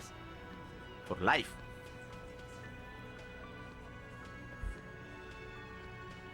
Bad people. Just doing my job. To enforce the law, you just kill people like it's nothing. But you see, a lawman, is something people agree upon. And here in Martinez, we agreed that this man had to die. It's great. I love it. Like, when you suffer from mental health issues, this game feels like home. It's great. And I was the same. I got it, like my brother-in-law gifted it me 3 years ago, and I never touched it. I was like always, oh yeah, it looks interesting, I wanna. It's a great review. I really want to try this. This looks so fascinating and cool, but I never played it. And then, a few weeks ago, one of my viewers redeemed a Dictator stream and made me play this. And I'm glad he did. When did this hanging incident occur? You don't have to keep answering his questions. So, it also resembles Planescape Torment a lot. And I love that game to bits, and it has a similar feel to it. I know, Lizzie. Relax. Even the dialogue box looks similar. Sunday night. Seemed like a good way to end the week. Yeah, I forget what it's called. But it's apparently not the same dev team. Because the... maybe it was even Bun who told me. Someone else, like some other guys, took over the studio and forced... Zero Paredes, yeah. Yeah, they forced out the original dev team who made this. Something like that. Someone told me. Don't know to what extent, or... That doesn't mean the new game won't be good. How long had you known the victim? Known him? We don't associate with scum like that, asshole. Yeah! Who do you think we are? Also kinda scum? Quiet. He came around about 3 weeks ago when that Pines cow first sailed into town. Happy? By the Pines cow, you mean Joyce Messier? The representative for White Pines? The same company you are striking against? No. I mean the Pines cow. The stupid-ass cow they sent in to fuck us over. But you know what? Why don't you ask her about the pretty boy? I'm sure she has interesting things to say when you ask her hard enough. That's enough insinuation for today, Titus. Officer, your interview is drawing to an end. Don't waste your last questions. Why did you kill him? Why? 'Cause he was worthless mercenary scum. And he stepped out alive in my town. So he was a mercenary? And he stepped out of line. What kind of mercenary? The kind that shows up when you start a strike. The experienced kind, too. Had Cohoy and Semenine written all over him. Ex-Oranese Special Forces. A live grenade. Right here in our bar. This one has a special gripe with him coming here. I can't prove it, but I know he was sent by the Wild Pines. They hired merc shit like that. Story of every strike from here to Samara. How do you even know he was in the special forces? Cause one night he walked straight up to the mic and said, "I'm RNA's goddamn special forces, and I'm gonna fuck you all." Well, he could just say that to Really? to seem tough. Yeah, really. Had a gin and tonic up there, sang some RNA's paratrooper song, and said he's gonna fuck everyone. We couldn't believe it either, but he fucking did, right there. Like some kind of animal. Wrong. He harassed women, raped Ooh. one, harassed workers, threatened to kill some as a warning. There's a slight unease in him suddenly. He regrets mentioning the rape. To kill us all, if we don't open the gates, if we don't let the scabs in, if we don't bend over. And that was before he started coming here. Yeah, he said it was his favorite joint now. Started coming here every night. Drinking, grabbing girls. Grabbed one of ours mid-karaoke, right there on the stage. He grabbed someone? Yeah, this girl's on the mic. A beautiful girl, young. Gets into the second verse of Lover Lake. The fucker grabs her legs, starts screaming. "Show me your cunt! Why don't you show me your cunt?" Then, he gets knocked on the head with a wine bottle. Doesn't even fall down. Sounds like a very awful person. Aren't you fucking listening? My man is talking to you. He took care of it. They got the girl out before anything else could happen. Yeah, me and Eugene got her out. Aren't you fucking listening? No, you're not getting the name. That's a Martinez matter, and I'm not discussing it with you clowns. Despite the stonewalling, you can slip one more question in. Who did the dead man? Or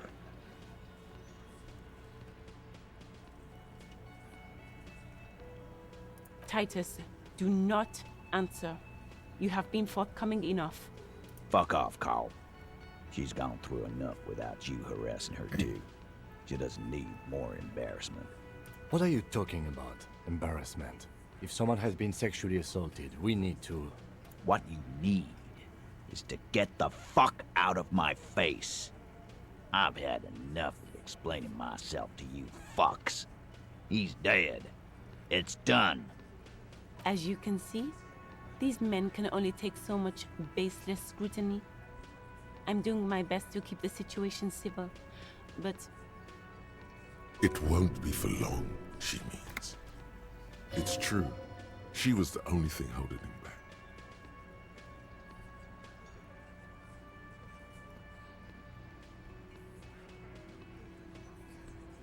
so I'm not supposed to ask more questions, right? I could chance it. We hanged him up by his neck until he got real still. Wasn't that obvious, copper? Didn't they teach you anything at the cop school, idiot? You're pretty sure you've had at least 2 years of cop school and many more of active service. Certainly enough to not put up with his back sass. Deliver a knockdown observation. Titus, you don't have to clarify anything. We overpowered him, dragged his unconscious body to the tree, put a noose around his neck, and hanged him till he was dead and steady. Then we left him for seagulls, maggots, and you fucks. How did you manage? Well, one guy against this many. No matter how strong he is. Like, it's not gonna happen.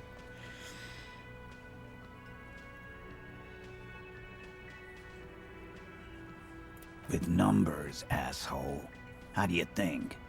You're right, Lizzie. I've done it. No, he hasn't. Not yet. Weren't you fucking listening? The fucker came to our bar. It happened right here. Titus lets the others clear out the details, so he doesn't get his hands muddy with explaining too much. Okay, 42%. That's awful, but not terrible.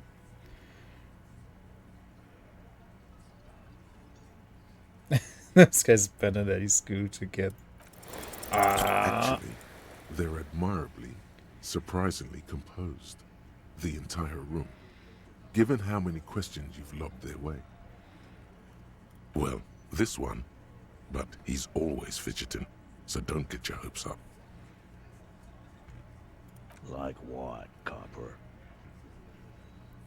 Nothing.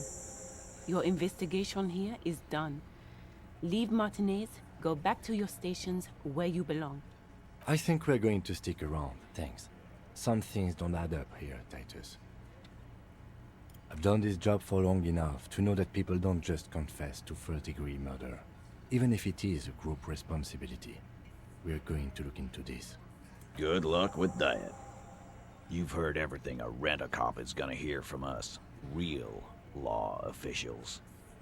You're lucky you didn't get a beating. Rent-a-cop? So that's what this is about. He doesn't see you as his equals. Forget about their games. You've mapped out the characters. Reading the footprints in the yard should be easier now. Godly challenge. Yeah, I don't have godly authority.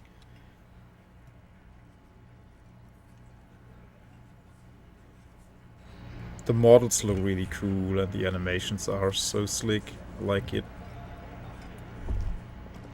Okay, this guy, we can't really talk to him, I think.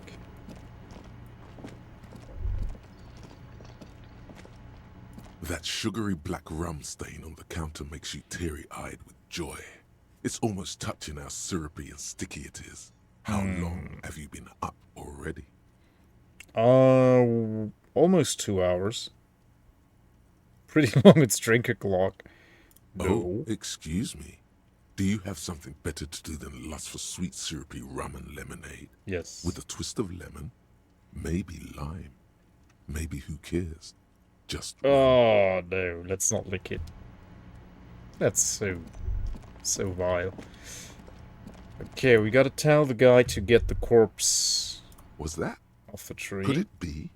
The Calder Mama Dakwa? No. It's probably just your imagination ringing in your ear. Listen more seems closely. to be an extremely high-pitched ring. Ultrasonic. Lena said it was very high-pitched, right? But it's so like high that something humans can't... tickles your ear. They can't perceive it. Oh no. The sound. It's moving away. Somewhere over there. Go after it. No. Too late. It's gone. There is no ringing anymore.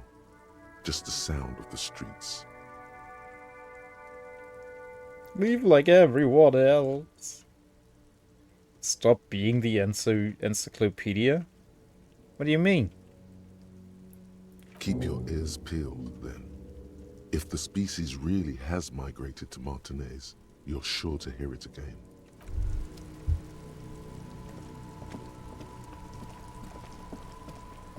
Okay, and how do I cash the check? How do I cash the check? Where's the bank or something?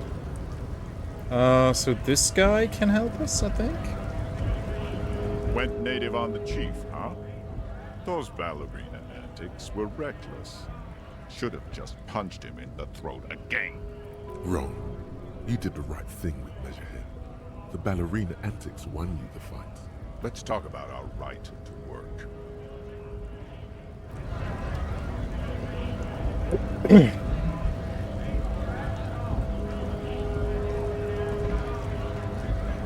You and hearing you can't pick it up. Ah, okay.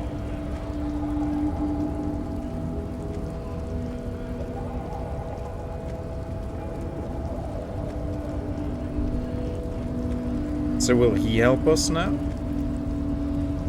Do not presume this has drastically altered our race dynamic.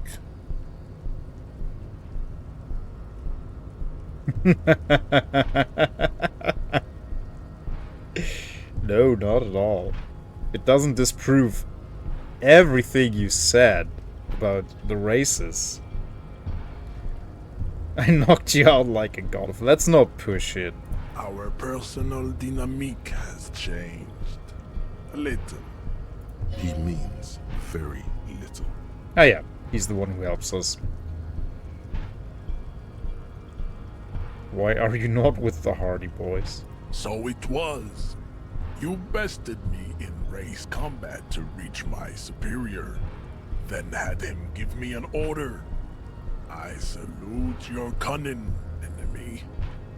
I will go and remove the body from the tree with my bare hands. Ew. You're so noble, Measurehead.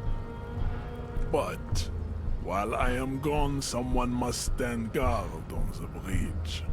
That someone needs to be you. Both of you. That would mean you're openly showing the people that you're taking the Union's side.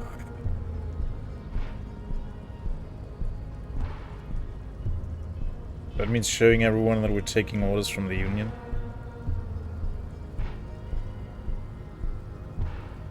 We're not going to do that? Then you won't go and remove the body, I guess. Yes. That is precisely what it means, homunculus. This is not going to happen any other way. Fine. Goodbye. Return to your degeneracy. Babe, see that they stay here the whole time.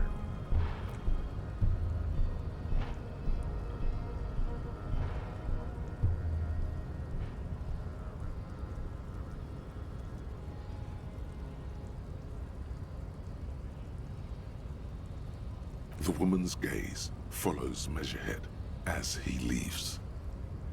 So, you guys are like cops or something?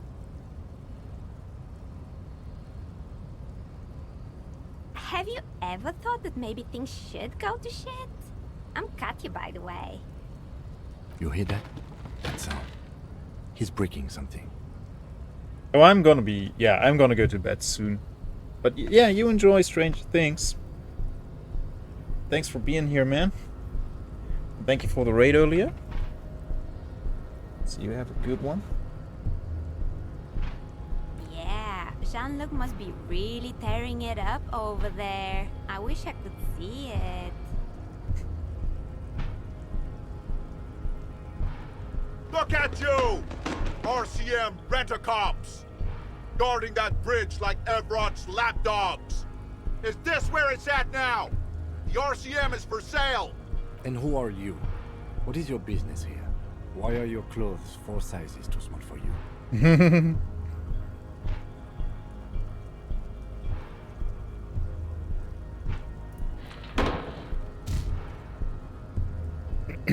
A shrill laughter interrupts you, echoing across Martinez. It's Kuno. Then, the man turns to look behind him at the behemoth appearing around the corner, approaching him, walking past him.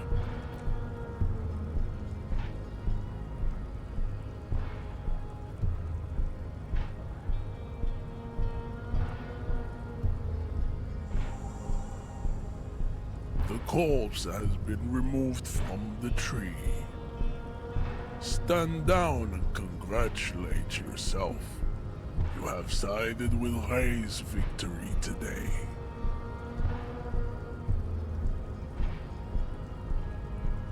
Thank you for your cooperation. Farewell, Hamson Witch. You are a Union man from now on. I am not the first line of defense. I am the last. In addition, these so-called Hardy Boys are an effeminate clique of bodybuilders. Their company is spiritually degrading. I would agree to that. Yeah. The hardy manlets are on the pay of the company. I answer to the Union alone. And I do this out of race heroism. Finance is an alien concept to the Seminoles. Now leave me be. I must luxuriate in the company of my woman. Doesn't he mean women?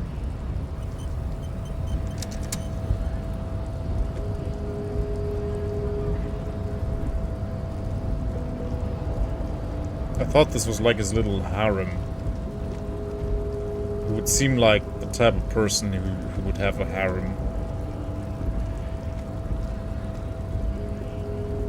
You know, human garbage. Okay.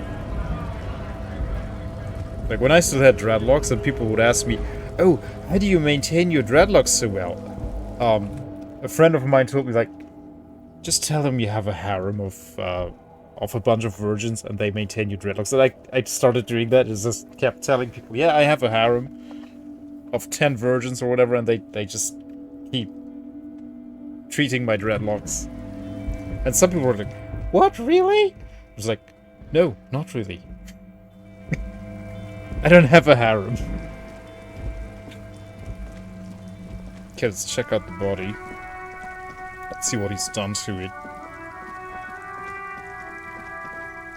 Who's that lady? How do we get there? Oh, he just left it lying there.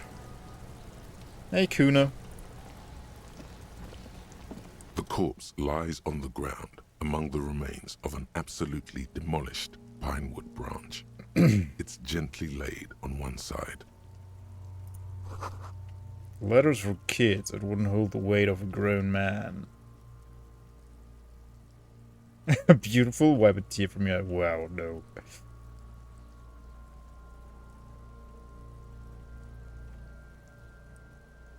Great job, wise race mentor. Mr. Measurehead has done a good job.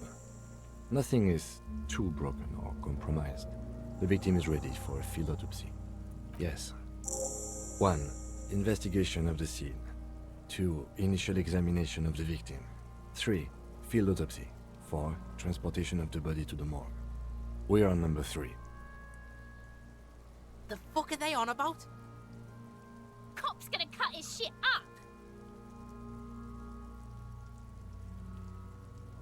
Don't we have someone else to cut his shit up? No, you and I are detectives. The honorary rank of detective signifies our ability to handle the entire incident chain. From autopsy to cleanup to social work. Everything. An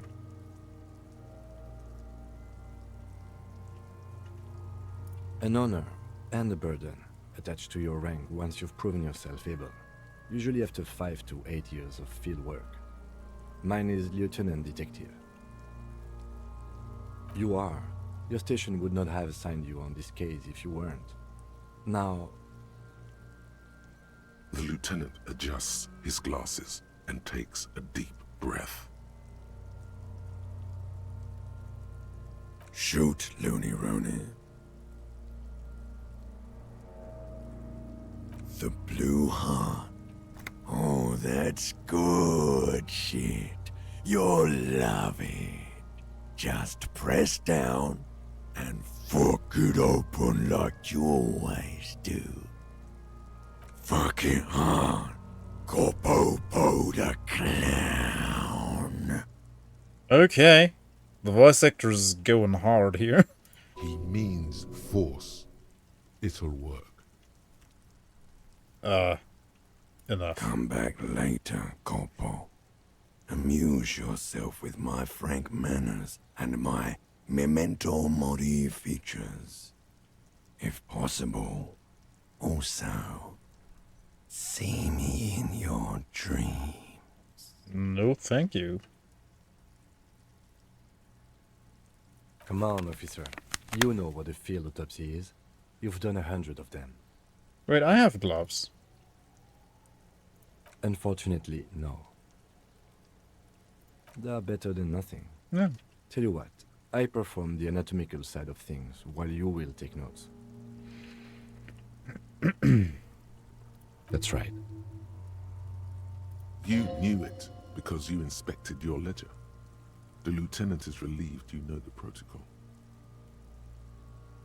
The dead man stares in silence as you crack open the ledger.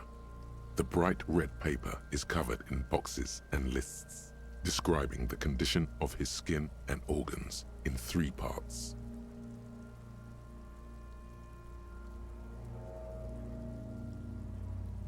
Above those, an 11-field info form needs filling out first.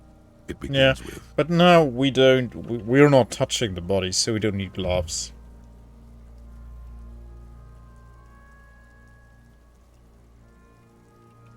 That's you. The corpse is indifferent to your scribblings, just lies there. The next box says... KK57. That next? NA. Next. NA. Roughly 50.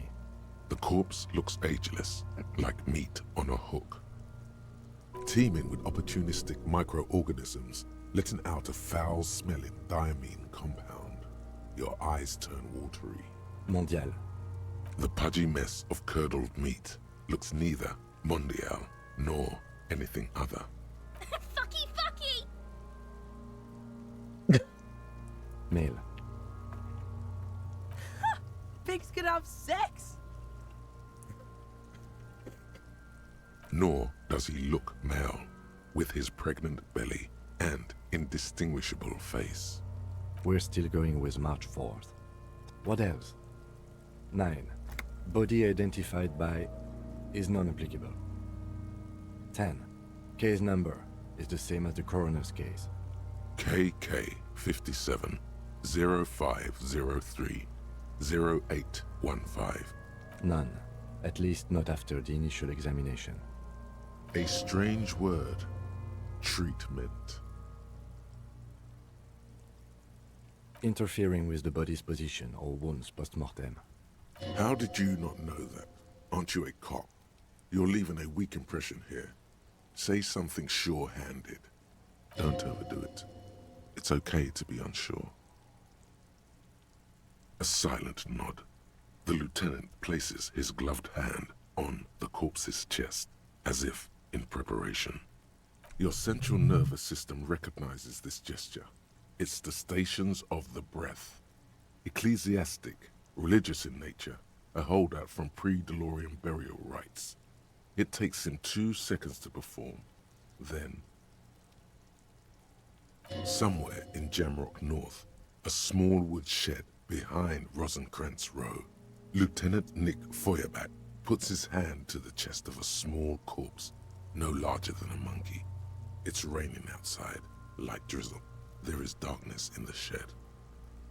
Elsewhere yet, an obese female sits in a wicker chair, her silhouette bull-like against the window.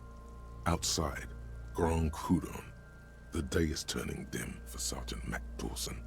Hand extended, he approaches, to make sure she is dead more than anything else. The building is tall, 7 stories wind-wrapped in solitude. Most of the apartments are unoccupied. This was a suicide, the other an accident, the small one. And so, all across Jamrock, Coal City, GRIH, 42 deceased persons found today, 42 stations of breath. We should start the post-mortem. The corpse cannot feel Kim's hand on his chest. It no longer meaningfully interacts with its surroundings. A thicket of boxes and lists on red copier paper tries to answer why. Clothes. The deceased wears armored boots and white briefs. The make of the briefs is Babrodine, I think. Let's see. See, it's happening. Babrodine, yes. Inexpensive. Size M. Color white. The disappointment is palpable. The red-haired thing was expecting something more lurid. The boots are ceramic, vitreous enamel. They are fused to his skin from blood flowing downward post-mortem. Removal of the boots is left for processing. Tattoos. The upper torso is covered in a single, continuous tattoo, resembling a map of the night sky. It reaches from the right shoulder to the heart. The ink is blue and white. The assistant has a color photograph of the markings, to be added to the case files as document A1. The photo is taken on the scene, using a Trigat Mini. The deceased has a cargo lashing belt around his neck, tied with a hangman's knot. Color yellow. Length 3 meters. There is a buckle on the other end. Well-nourished, athletically built, measuring 1.8 meters. Generally consistent with age, about 50. Preservation is good. Ambient temperature, below freezing. Body hair is light brown. Distribution is consistent with age. The deceased had male pattern baldness. Hair is combed back, short. Touch the corpse's hair, no.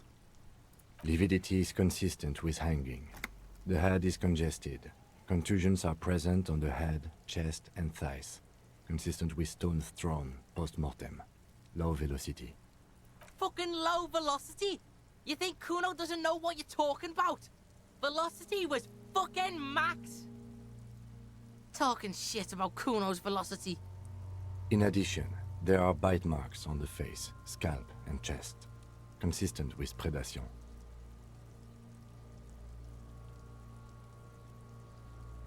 Ligature mark. The lieutenant produces a small folding knife. With the other hand pulling on the belt, he starts cutting into the polyester. The stench is horrid. After a while, it's obvious the material cannot be cut. The steel wiring. There's too much of it. We need to remove the belt so we can get to the ligature mark. You got just the right tool for that. The chain cutters.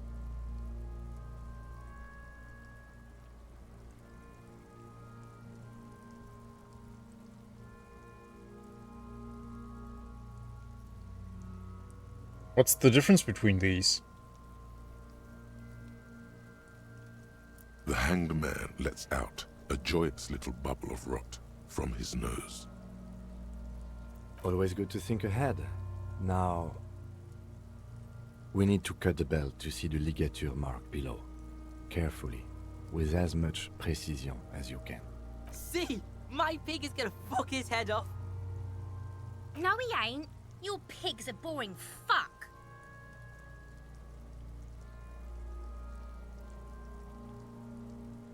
Yes, I'm Kuno's pig. I agree. I'm not your pig.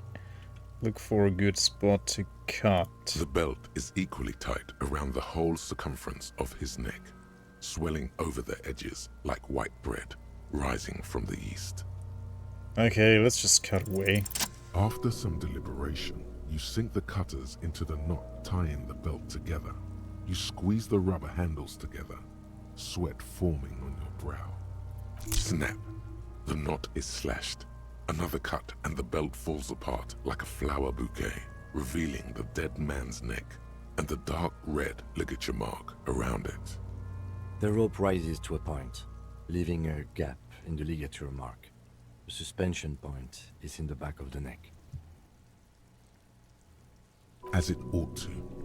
This is where its grip on the curdled meat is gentlest, pulling up.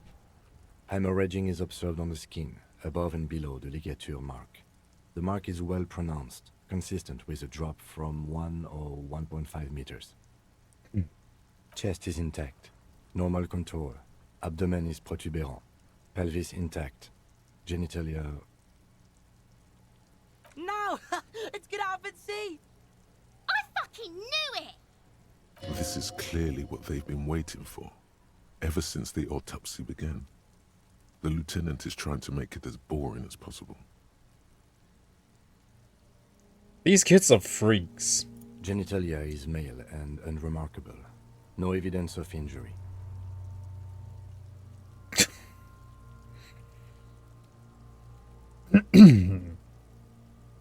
Yeah, wasn't he saying something about, like the corpse, wasn't he saying something about that he is a, like, you know, he's getting joy from killing and dying? Ah yes, your hunch before. We can have a semen analysis requested from processing, if that's what you meant.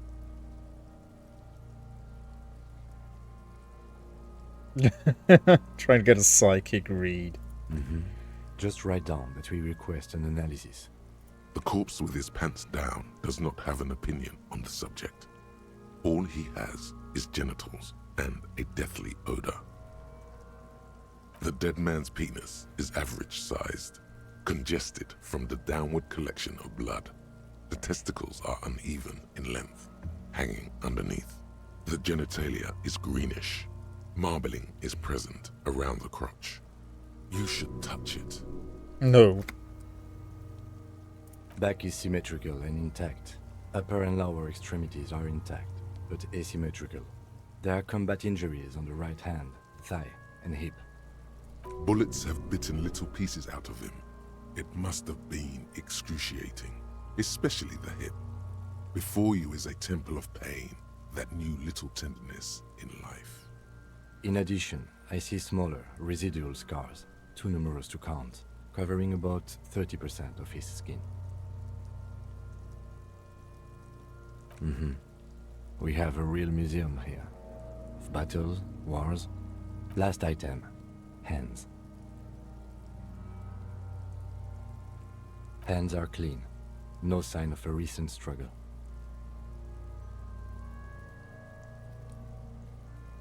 I was. Maybe I'm just not seeing them. Honestly, this stench is making it hard for me to think at the moment. Working so close to the fumes coming from the corpse must be hard.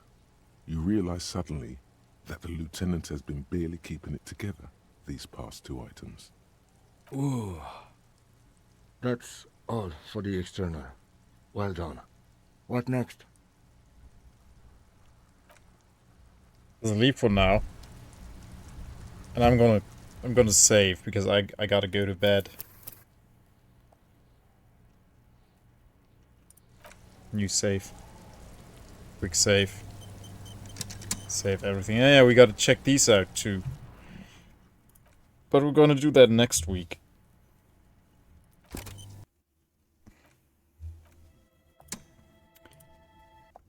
Ah yeah, Zero Parades.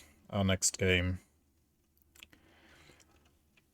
Okay, let me see.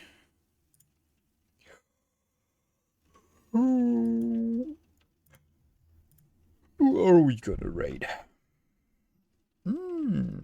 Age of Wonders 2. Oh, Age of Wonders. There's Cozy Crim.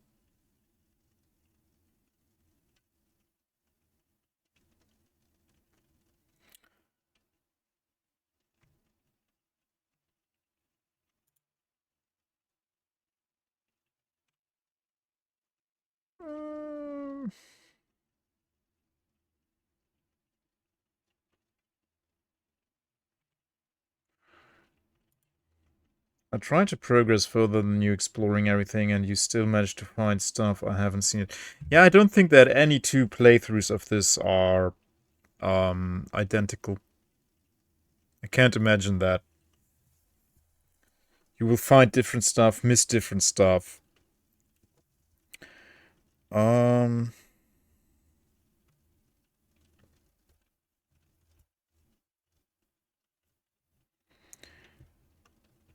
Roofers. Who are we gonna raid? Let's raid, Blobber. Age of Wonders 2. Oh, yeah. I still have my physical copy. I think it's... might even be here. Somewhere. Well, I'm not going to go look for it now, but I still have my physical copy of Age of Wonders 2. Really enjoyed Age of Wonders 1 and 2. Haven't played any other installations of the series.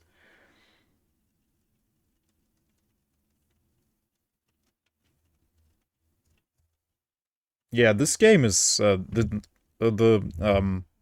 Disco Elysium. It's a total behemoth.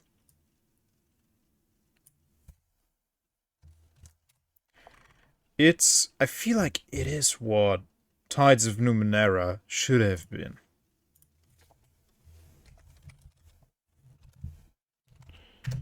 Okay, so I'm just gonna raid and run. I'm gonna try to go to bed ASAP because I'm tired. I need to get some sleep. And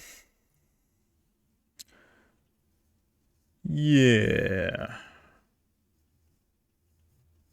Yeah. A pedantic a-hole. Yeah, you can really roleplay this. It's really good stuff. Okay, so we'll be back tomorrow with Stellar Tactics. Stellar Tactics is tomorrow. So we're gonna enjoy that. And then we'll have other games throughout the week. I hope. Yeah, so thank you for watching, guys. Zeta, thank you. Bye-bye. Have a good one. I love you guys, and hope to see you tomorrow.